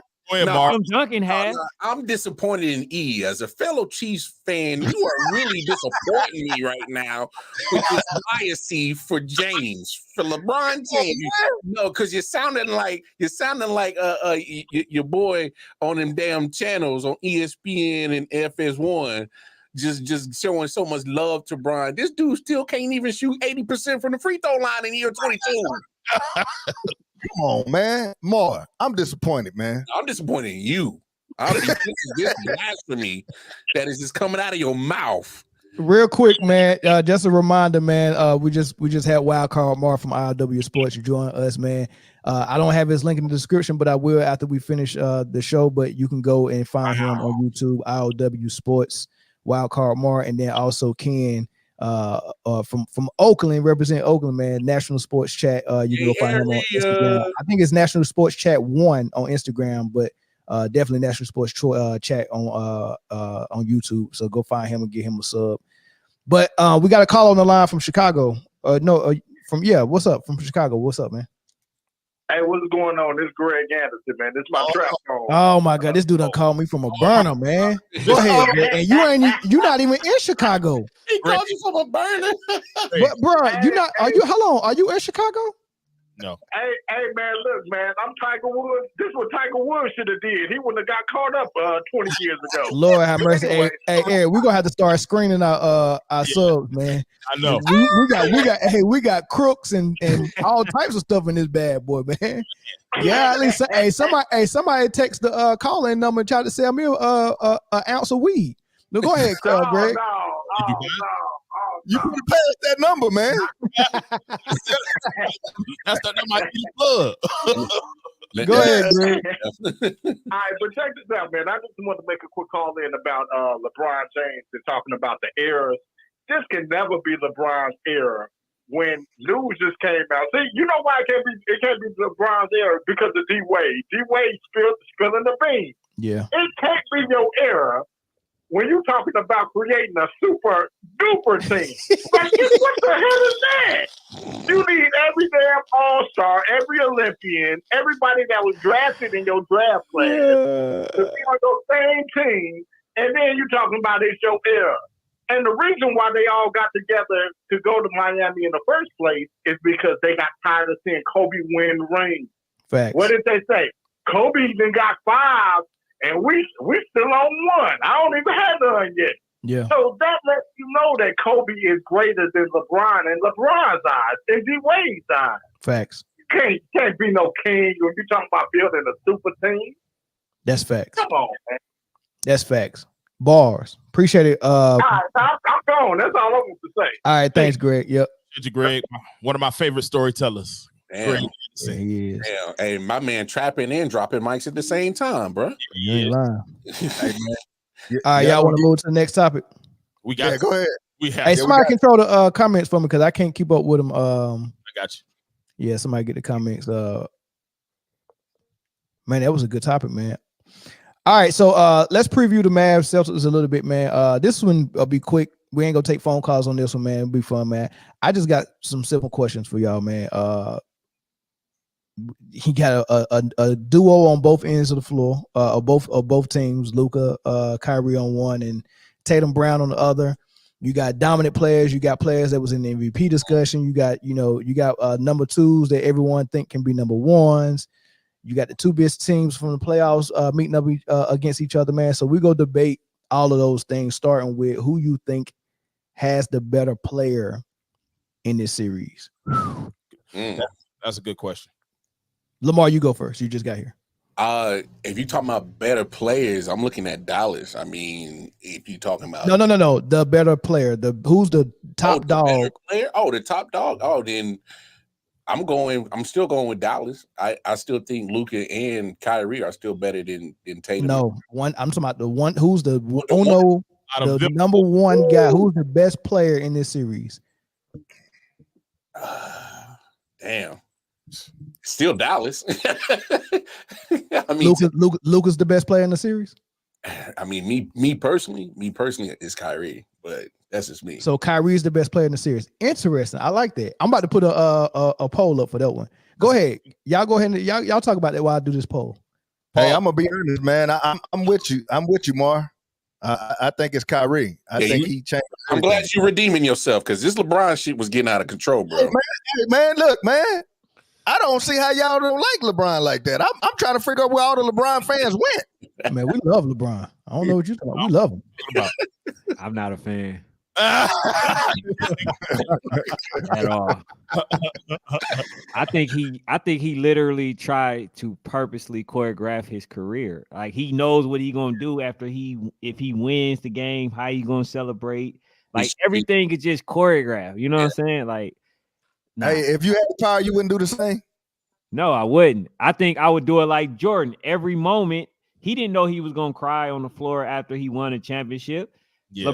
LeBron James know exactly what he's going to do if he wins. You know what I'm saying? Like that's to me, it's more so planned.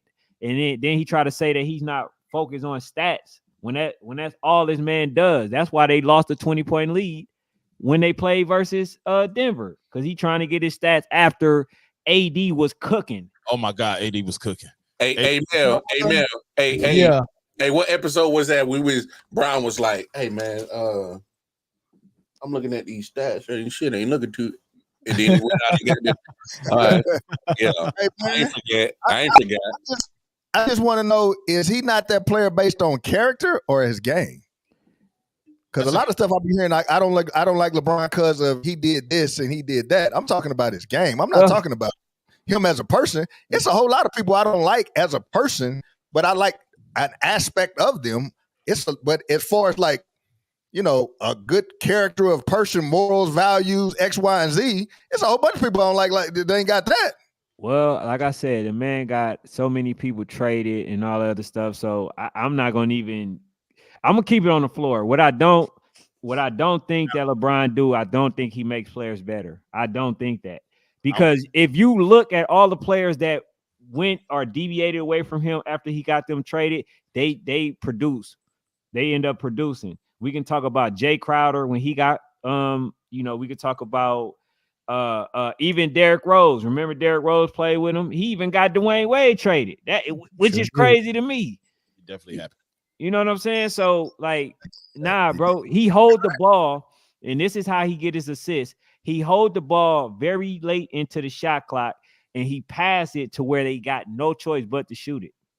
Mm-hmm. That's basketball. That's all basketball right there. No, there are some character issues, but that's what he plays as basketball. That's basketball to him. You know what I'm saying? Like, and that's why I said Luka is like that in his style of play, is because they ball dominant big dudes that's 6'8", and they dominate like it's easy to get assists if I'm the only person who got the ball in my hand until 4 seconds. Do you know why D'Angelo Russell is inconsistent? Can't get in a rhythm. Because LeBron James take that man out of position because he's a ball dominant person. They put him as a forward, shooter, but he run the point and he takes everybody out of position. Yeah. That's why a lot of people don't perform the way that they should when they playing with him. You see, when he don't play, that's when they had their best games. Yeah, he to play with LeBron, we always talk about that LeBron system. You have to fit an archetype. Like, I need a shooter here. I need you to be here. I need this big to do this, and I need Kevin Durant. Go ahead. Yeah, Kevin Durant. Exactly. I need Kevin Durant. I need this. I need that. I need it. It's always been like that with LeBron because that's the system that he plays in. Every system is designed for him to have the ball in his hands and make the decision on when it comes to passing, when it comes to when he takes a shot, when it comes to everything. And you 6'8", 250, 260, you're going to get rebounds if you try. I mean, honestly, so at the end of the day, he can average a triple-double. I do believe that because the system is designed for him to do that. And, of course, if I'm passing the ball late, you're going to shoot the ball if it's 3 seconds left. That's just what you're supposed to do. That's why you got but it's the intent behind it. Why does LeBron James hold the ball deep into the shot clock? You think it's all stats mentally? Because he want assists. He want his stats. That's why we call him LeStat.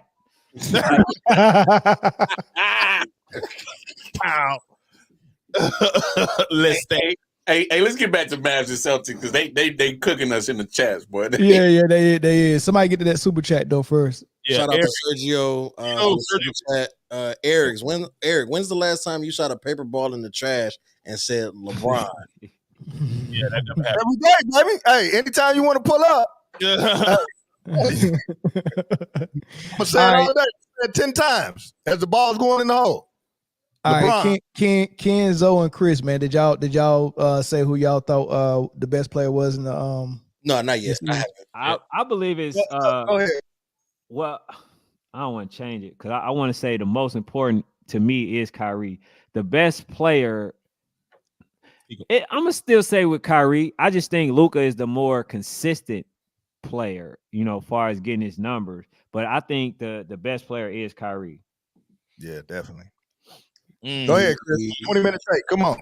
The best player in this series is Jason Tatum. That was my answer. Oh my God. I cannot believe y'all said that. And I like Jason Tatum. I actually hope we win. The best player in this series is Jason Tatum. Oh my God. Jason Tatum is inconsistent as hell, bro. I like Jason Tatum though. I do. He's part of the team light skin.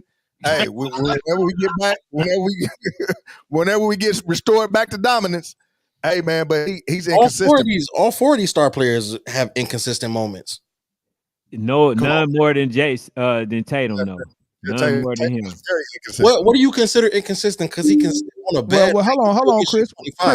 So right now you pick Tatum. Zoe picked Tatum.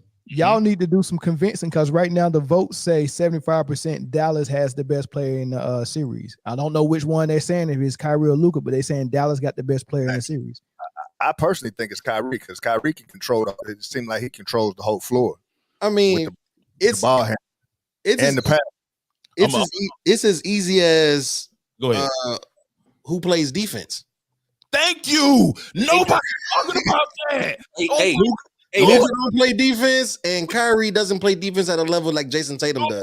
We just made a whole soliloquy about how soft defenders. What we doing? But on Chris, hear me out. The defense is cool and all, but you got two elite scorers on that Dallas squad. They're gonna have to sacrifice all that energy to stop them on defense. It's going to hinder their offense. And who you gonna rely on Boston to get your buckets? Derek White? Boston. Ooh. We don't have to rely on it. Did you know? Look at Boston's roster. They had a dude who averaged 30, 10, and 6 in their last series and did not win MVP of the conference finals. They don't need help with buckets. Tatum and Brown cancel out Kyrie and Luka when it comes. Also, let me ask you this, Lamar. Hold on. Let me ask you this. You talking about expending all this energy on defense when 9 times out of 10, Tatum and Brown gonna be guarding who? Luka, who don't move. So what energy they expending? Listen, bro. Hey, hold on. These Come dudes, on, bro. Both of them, Jason Tatum. You can disagree with the take. Is Jason Tatum and Jaylen Brown defensively better than Luka and Kyrie defensively? Yes. That is 50% of basketball. Hey, 50% is a lot, man. Is that half? Hey, Eric, is that half? Hold on. That's fine. But name a better 2 skilled offensive players that Boston has to guard. That's been we just talking about who the best player is, though. Who's the best player in this series? You can't be the best player if you don't have a complete game. So who can guard and stop Kyrie? That's what I'm saying. Hello? Wait. I can't hear anything right now. Hello? Nobody can. Who can guard and stop Tatum? Okay. Somebody answer that phone. I got a couple of people. Tatum? Who? Tatum? Hold on. Well, wait. I'm gonna tell you who gonna stop Tatum. Please. And this is facts. This is over the season. Tatum is gonna stop Tatum. Thank you. I don't even know him. I just met him today, but he had an excellent take. Thank you so much. I just said it 3 times that Tatum is gonna stop Tatum because Tatum is inconsistent as hell. I just said it for the last 5 minutes. Okay, I want y'all to remember this when Luka. I want y'all to remember this. I want y'all to remember this when Luka and Kyrie go a combined 9 for 56 one game, and you want to talk about fucking inconsistencies. We'll talk about inconsistency. That might happen. What you mean might? It's gonna happen. It happened last series. How often? It happened last series. Against an inferior team. It happens. It can't happen. Listen, man, everybody can. I'm scared to even vote for Boston because I know how inconsistent they are. I didn't know 64 and 18 was inconsistent. They was supposed to throw Miami out. I didn't know 12-2 in the playoffs was inconsistent. Hey, this is the part you gonna have to factor in, though. You're gonna have to factor in that this is an added pressure. This is the NBA playoffs. Who performs better in the playoff than Kyrie? Now that is a valid point. Hello.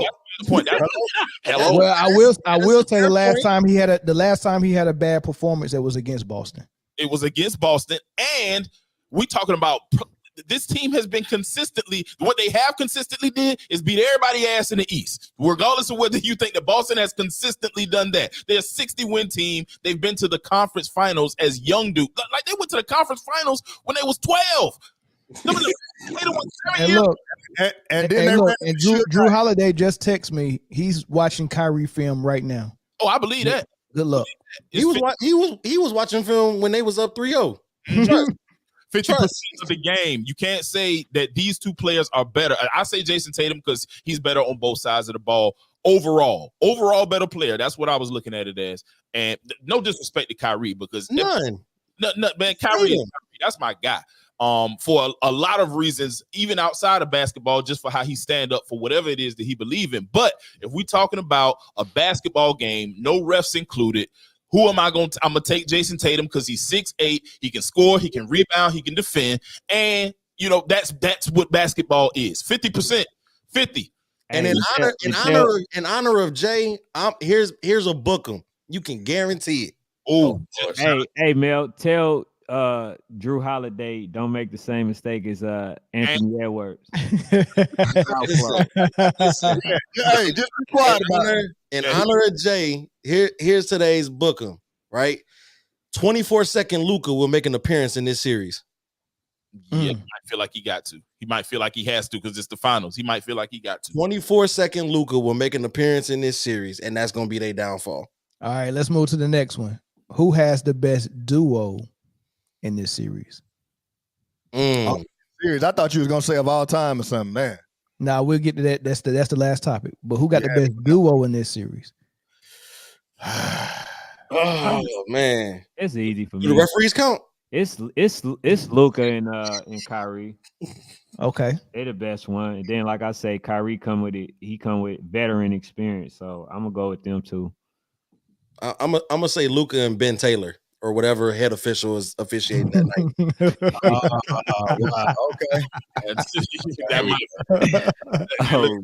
Okay. Nah, honestly, real talk. I will say Kyrie, and just because of the scoring output is. But you just going against your defensive argument from last joint. No. The better defenders are on Boston. So you contradicting your own self. The last question was go ahead. Hey, Eric, this is equivalent to someone going to a bar and slipping themselves a roofie. How you arguing your own point, man? The last question was who is the best player. The last question was who is the best player, right? And defense was the basis of your argument. And now we're talking about the duo when you got the two better defenders in Boston. Now you're switching. When you add in both of their scoring output, I don't think that Jason Tatum and Jaylen Brown together can match that scoring output. But you just said your defense to shut them down. You just said that the defense. So you saying Jason Tatum to guard both of them at the same time? I didn't say that. Then how is that going to work? No. Duo. You just can't factor just Tatum. You forget about Brown. So one team can't have the best person, but another team can't have the best duo. We talking about duo. Okay. So Michael Jordan not the best person. Hold on. So Michael Jordan the best person on the Bulls, but Shaq and Kobe. Hey, Chris, I'm gonna help you out. Hold on. Answer the question. Hold on. No. Answer the question. No, because you got that Detroit Mavs. I'm gonna help you out. Answer the question. It's definitely that Detroit Mavs. Answer the question. Answer the question. I posed the question. Answer it. So is that not saying like MJ is not the better player on Chicago, but Shaq and Kobe not the better duo? Mar, you a grown ass man. How the hell he gonna tell you how to answer what questions to answer? Who the hell is he? I don't know. Raise your goddamn hand when you ask me to answer a question, man. I'm just confused. I'm confused on your question because it is when you're talking about duo, when your basis was Tatum is the better player defensively, Now, if Zoe said that the better defensive duo is Tatum and Brown, I agree with that.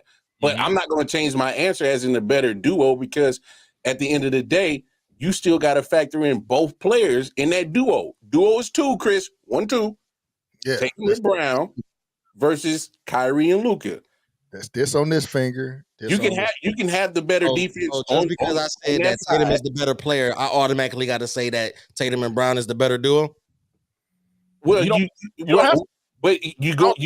I'm saying I contradicted myself. I'm with Neil. I think you're contradicting you. Duo is 2 people, like you said, correct? Yeah, but I said the best player in this series is Jason. Player, singular. One person. If you're saying player and your basis was defense, you still got to take that same basis in regards to the duo. Do you not? I have a saying called that there's no strategy for made buckets. Kyrie and Luka together is made buckets. I think I get what Chris saying. Jason Tatum can only guard one person. I think I get what you're saying. If we were ranking all 4 of these players in the hierarchy, you would rate Jason Tatum number 1, correct? Yes. The next 2 players in that hierarchy would be Kyrie and Luka. Probably Luka, right? Yes. And you feel like Brown will be 4.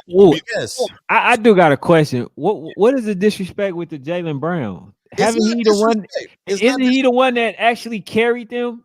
Isn't he been the most consistent? Incorrect. Hasn't he been the most consistent? He shot better. He shot without and not only that, Jaylen Brown, if he doesn't have a good game, they don't win.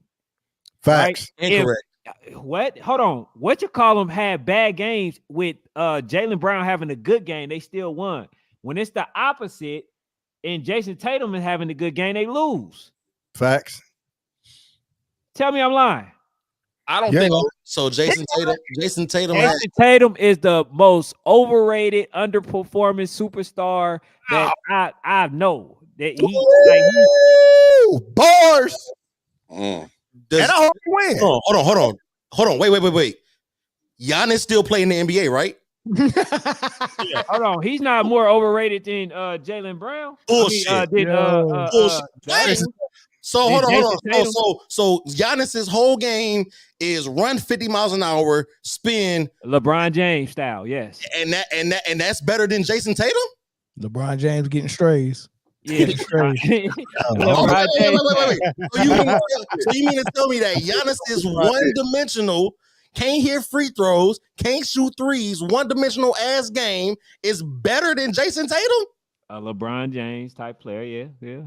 If you ask me who do I want, rocking with you the whole show, but right there, I got you. I feel you, right? But what I'm saying is, they could have had a ring. Well, not against the Warriors. That's my favorite team, but still, he's not used to that pressure.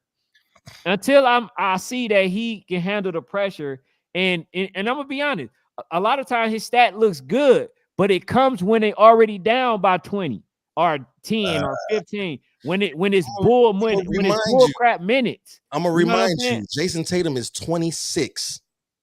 Okay. When did LeBron get his first dunked ring? On Jordan. Hold on. When did LeBron get his first ring? Why did LeBron get involved in this conversation? Hold on. Yeah, when he cheated the process. That's when he got his first. And how old was he? I don't know. 28, maybe. I believe 28? It was 27. Like yeah, that? 27 or 28.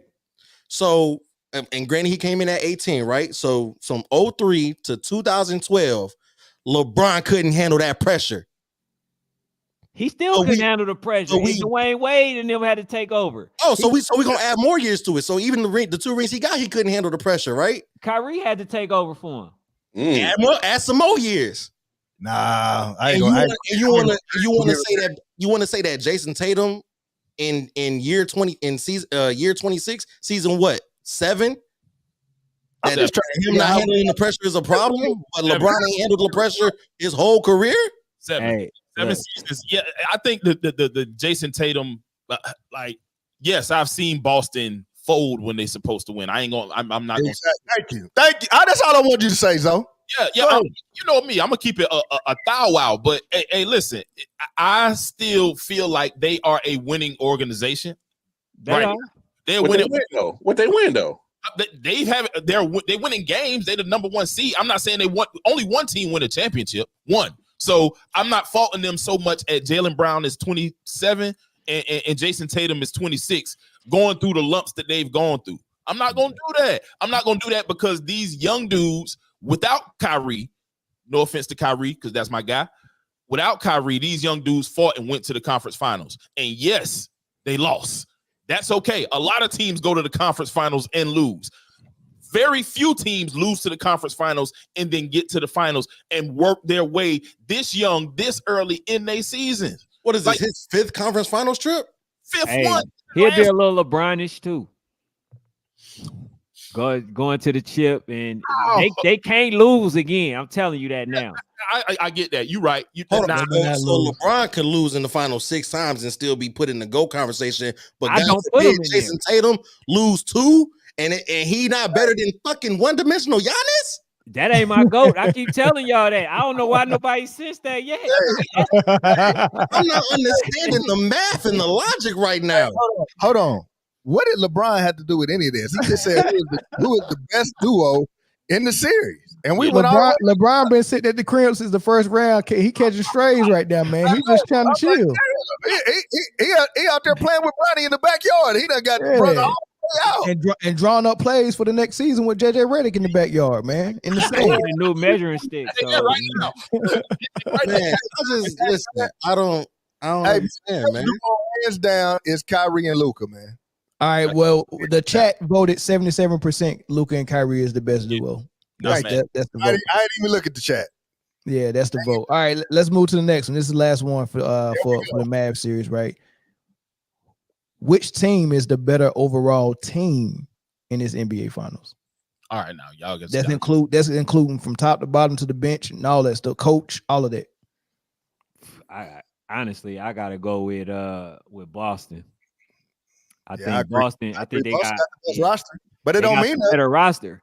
But I still, but just to go with who I still think will win though, I still think that that Dallas should win. It really depend on. Matter of fact, it depend on which team bench plays the best. That's what it really depend on. It to me, because I think the Dallas will be able to hold their own, but would the others be able to come on and still, perform the way that they did versus the Timberwolves? You know what I'm saying? I don't know.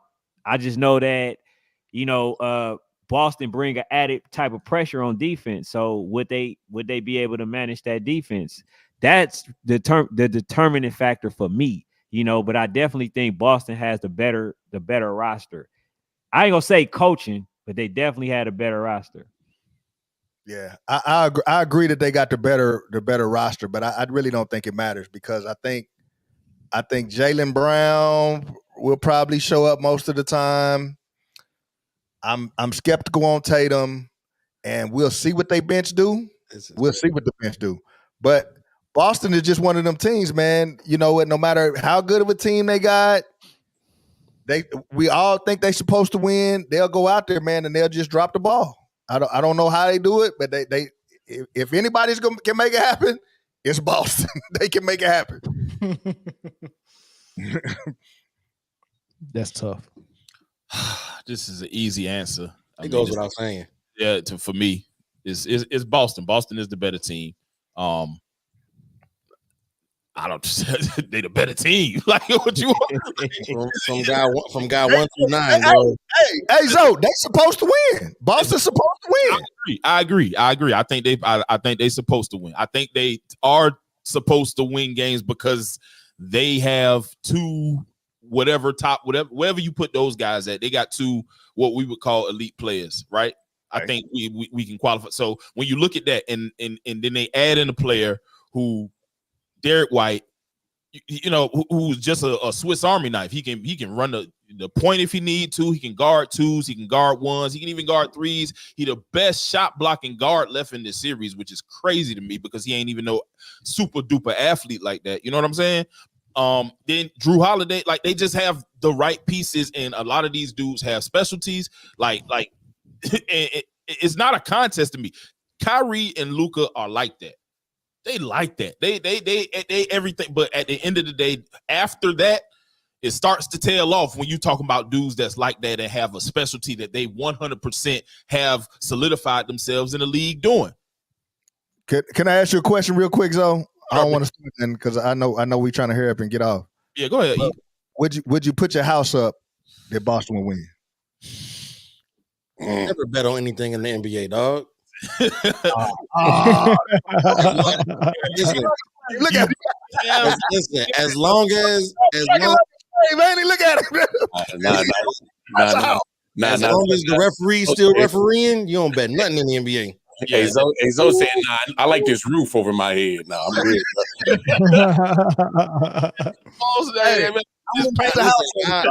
The most I do is I bet you 2 Coney dogs from Sonic. That's about it.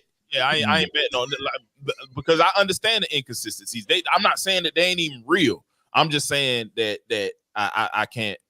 They the better roster. They are the better roster, and I do still feel like Jason Tatum is the better overall player.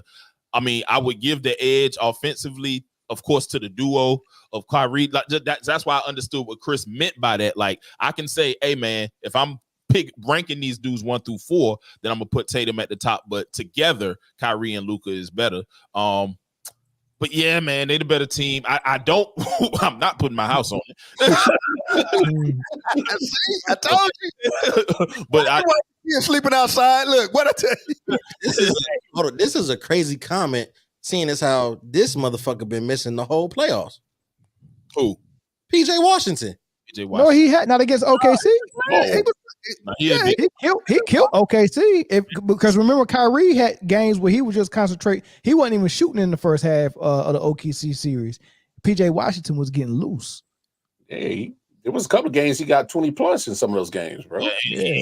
I remember him hitting those big threes from that left wing, and it was stopping any momentum that them boys had. So he was like 2 for 10.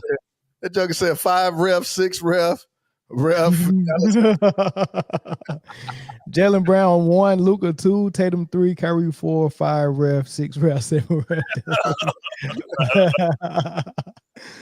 Oh man! Okay. All right, we done with that one. Nobody got nothing else on that one. Well, I do gotta ask. I gotta ask the panel this. What's up, bro? If Porzingis don't play, you can dead that because KP is gonna play. Yeah, KP is there. Listen, and it matters. To your point, Mark, it matters if he plays. To me it does matter because my thing is if Porzingis don't play, man, how much are you going to be out there with Al Horford? And I love Al Horford, but God, he ain't gonna be able to do it, boy. You better look for Lively and Jones doing this. If you got Al Horford out there, he beat. Al Horford made it back to the finals in age 86. So look for him to have some bionic knees and be able to get some new spring. Remember, he played college ball with Joakim Noah at Florida. But he started his career with the Hawks. Does Florida just teach people how to shoot like shit? No, yeah. Because Joakim Noah shot like this. Yeah. And then Al Horford shoot like this. He put his arm over the ball. He got drafted by my Hawks, man. I saw like that dude played with Joe Johnson. The last time we went to the Eastern Joe. Well, ISO Joe. That's Joe Johnson, Josh Smith, Jeff Teague, Marvin Williams. Like, think about all them names, man. They been I ain't gonna lie, that team had no business being a team consistently. We won 6 games. That was a good. Hey, ISO Joe, nice though. Oh yeah, he cold. He's a bucket. Yeah. All right, so let's move to this last topic, man. With no phone calls on this one, I don't think, man, we get out of here and be done before 2 hours and 30 minutes, right? So I think we did okay on time. They had a conversation on Skip Bayless's show, and Paul Pierce is there, and he gave his take on who he thought the best duo. The question was who was the best backcourt in history, but he took it a step further with his answer. Ooh. Okay, Paul Pierce, do you think Luka and Kyrie are the greatest offensive backcourt ever? I'm going to take it a step further, Skip. I said this a month ago on this show, that this is the best offensive duo, not backcourt, offensive duo in NBA history. When we talk about the skill set of Kyrie, we already know probably, I mean, I've heard a number of NBA players says, I mean, he's the most skilled player we've ever seen. Luka, he just led the league in scoring. You got two guys capable of really going off for 60 points. So when I look at the numbers, look at this, Skip. Here we go, right here. Kyrie and Luka averaged 54.7 this season. You know what Shaq and Kobe averaged in 2002? 57.4 difference. KD and Steph, 52. LeBron and Wade, 51. There's one other duo that averaged more, and that was Harden and Westbrook. But if you say Harden and Luka, who you have offensively, they're equal. What about Kyrie and Westbrook? You're taking Kyrie offensively, right? Yep. So I truly believe this is the best scoring duo that's ever been assembled to me. So regardless of backcourt, yeah, right. regardless of backcourt. Okay. And I said this a month ago. All right. I said that a month ago, and you agreed with me too. I think so. I mean, I don't know if we can play that. Can we play that? So now, mind you, this is not taking in the totality of basketball. He said the greatest scoring duo or the greatest offensive duo. So just from a scoring standpoint and an offensive standpoint, is he making a good point? You think Luka and Kyrie is the best offensive duo in history? Ever is just a strong word, though. Yeah.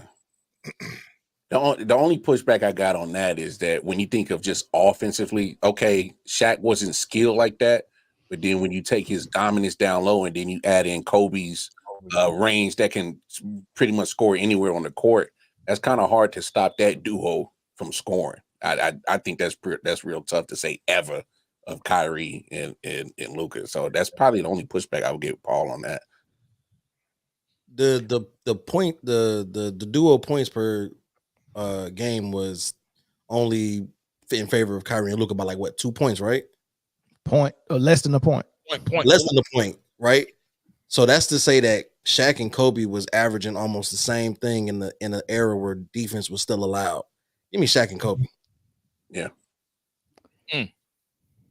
Ever, bro? Like ever? No, like that's just crazy to me, especially in the limited time that they've played together. Like, you know, they haven't even played together for 5 years. Like, give them time. This run that they're going on makes people think that way. But just ever relax. Ooh, somebody said Durant and Curry in the comments. Somebody just took my idea, man. Stay out of my head. Hey, look. Go ahead, talk about it, Ken. All right, so basically, man, I think it's a silly argument. I think because you had too many, right? I don't even get him over Curry, KD. I don't get him over Clay. Curry.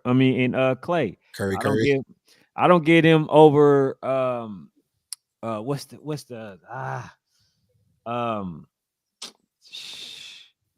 I forgot the other one that I had. But basically, man, they're not the best duo. I think honestly, Shaq and Kobe as well.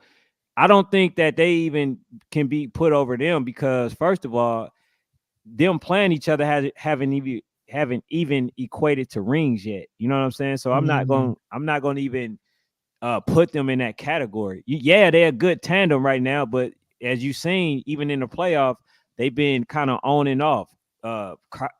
Kyrie had 11 points in one game. He ended up having about 30 something.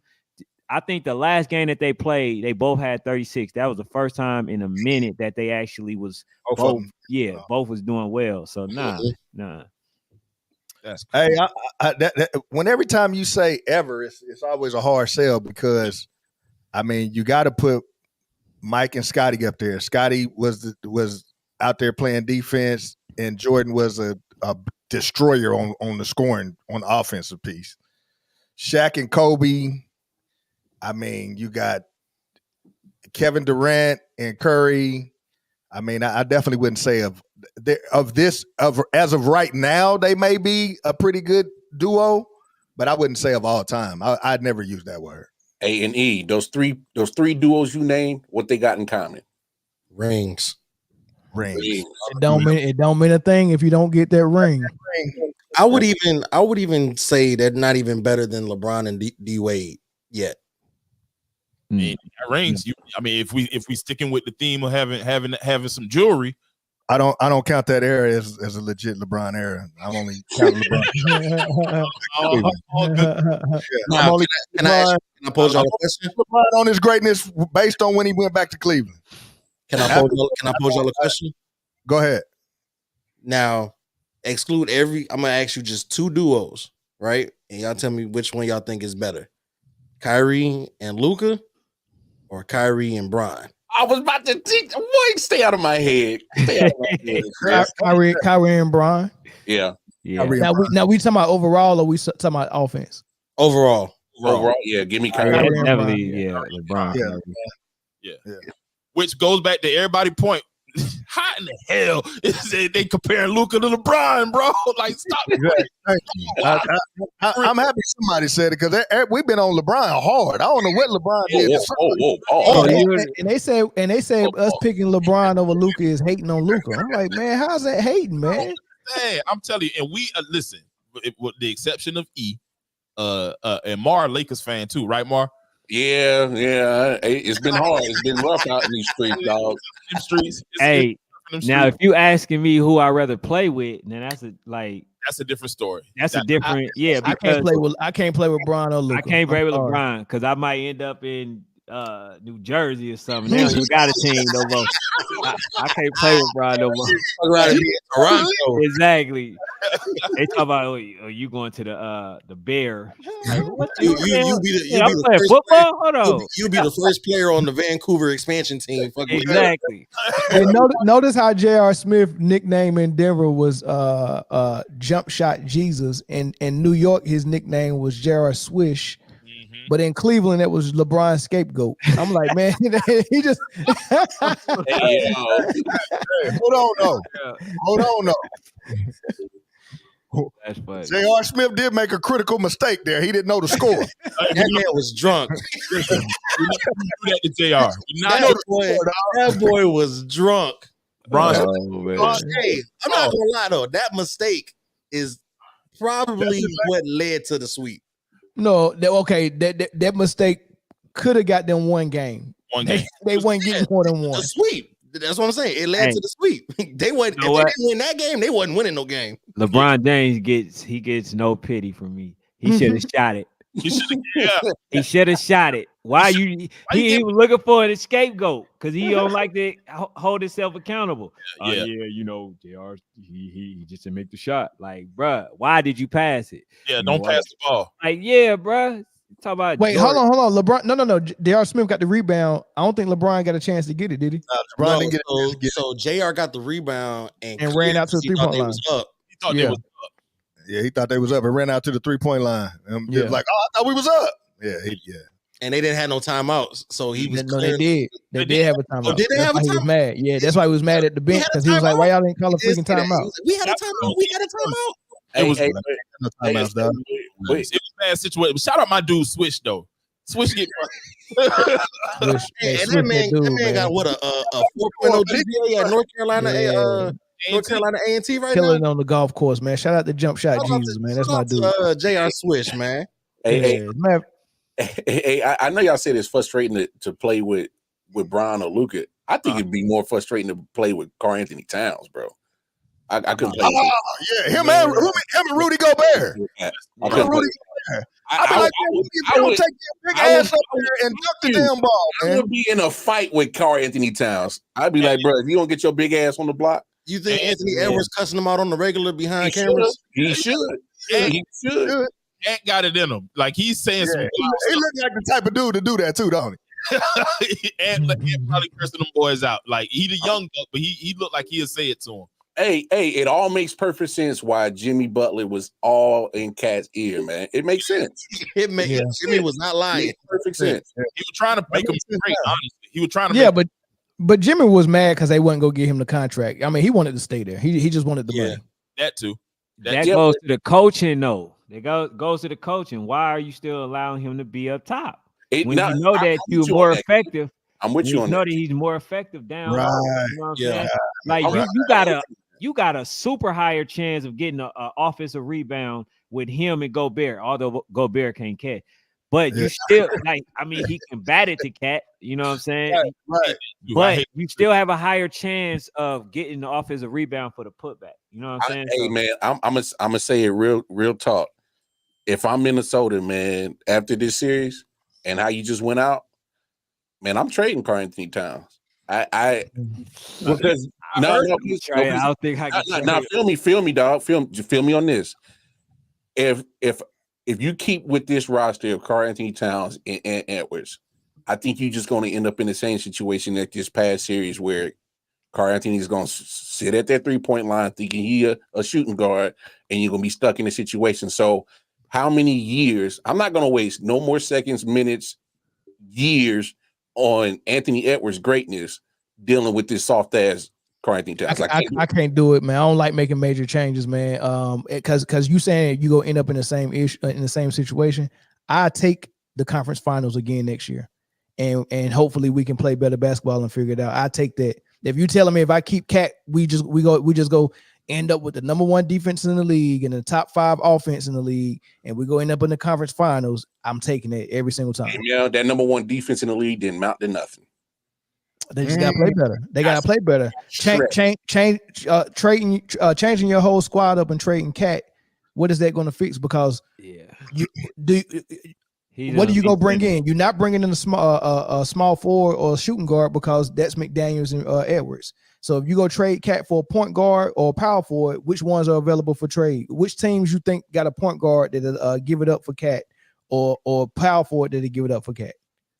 Crazy wording. No, real talk. I was saying Karl Anthony Towns to Cleveland and give me Donovan Mitchell. For what? Huh? What you gonna do with Donovan Mitchell and Anthony Edwards and McDaniels? Now, and who go? So you go move Nas to the power forward? Okay, cool. Donovan Mitchell and Anthony Edwards out. I don't know, bro.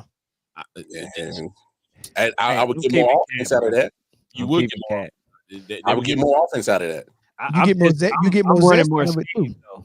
You just got to run more schemes with them. You just can't allow. See, that's the thing. It seems like they don't have any schemes that they run. It just sit at the 3-point line and wait for the shot. Like that's not gonna help.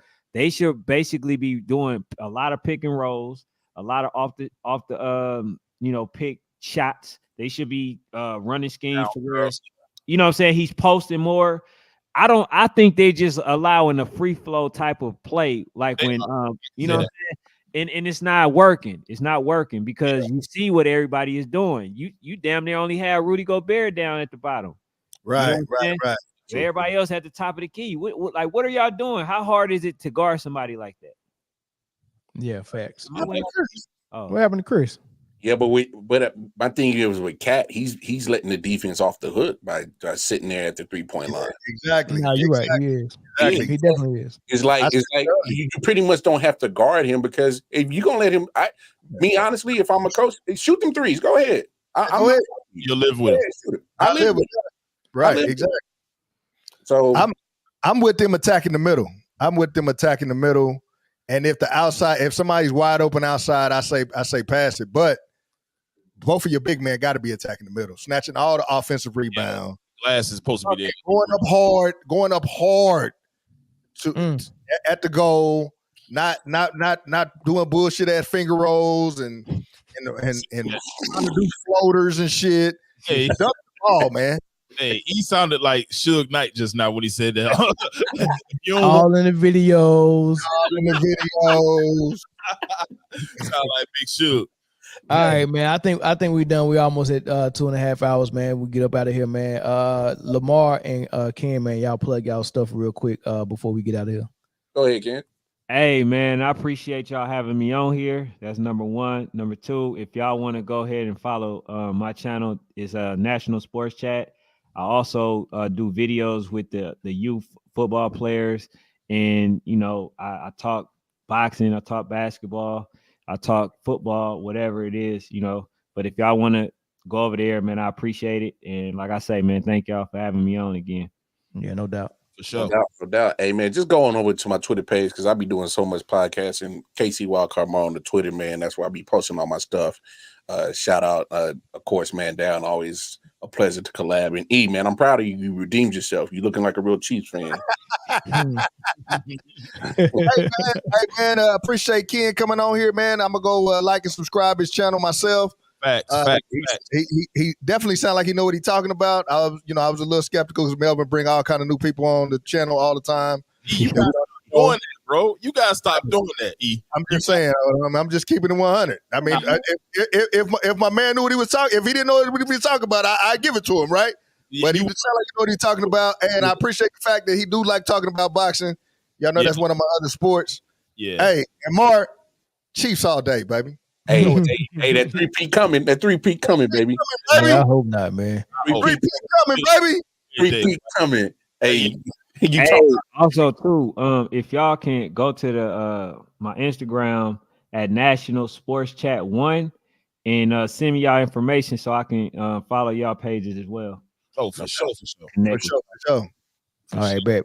All right, man. That's a wrap, everybody, man. I appreciate everybody for coming in. Thank you for the super chats. Thank you for all the comments and the call-ins and all you last opportunity for everybody to hit the like button. Last time I checked, we had over 200 people in here, but we only had like 70 likes. Yeah, that's Man, yeah. So hit that like button on y'all way out, man. And it's not too late to share it. You can still share it. They can watch the playback, man. But I appreciate it. Hey, Mel, I need that man down beanie, bro. I need that. I'm gonna get some more made this weekend. I need that. All right, no doubt. All right, y'all, man. We catch you on the next episode. Peace. Peace.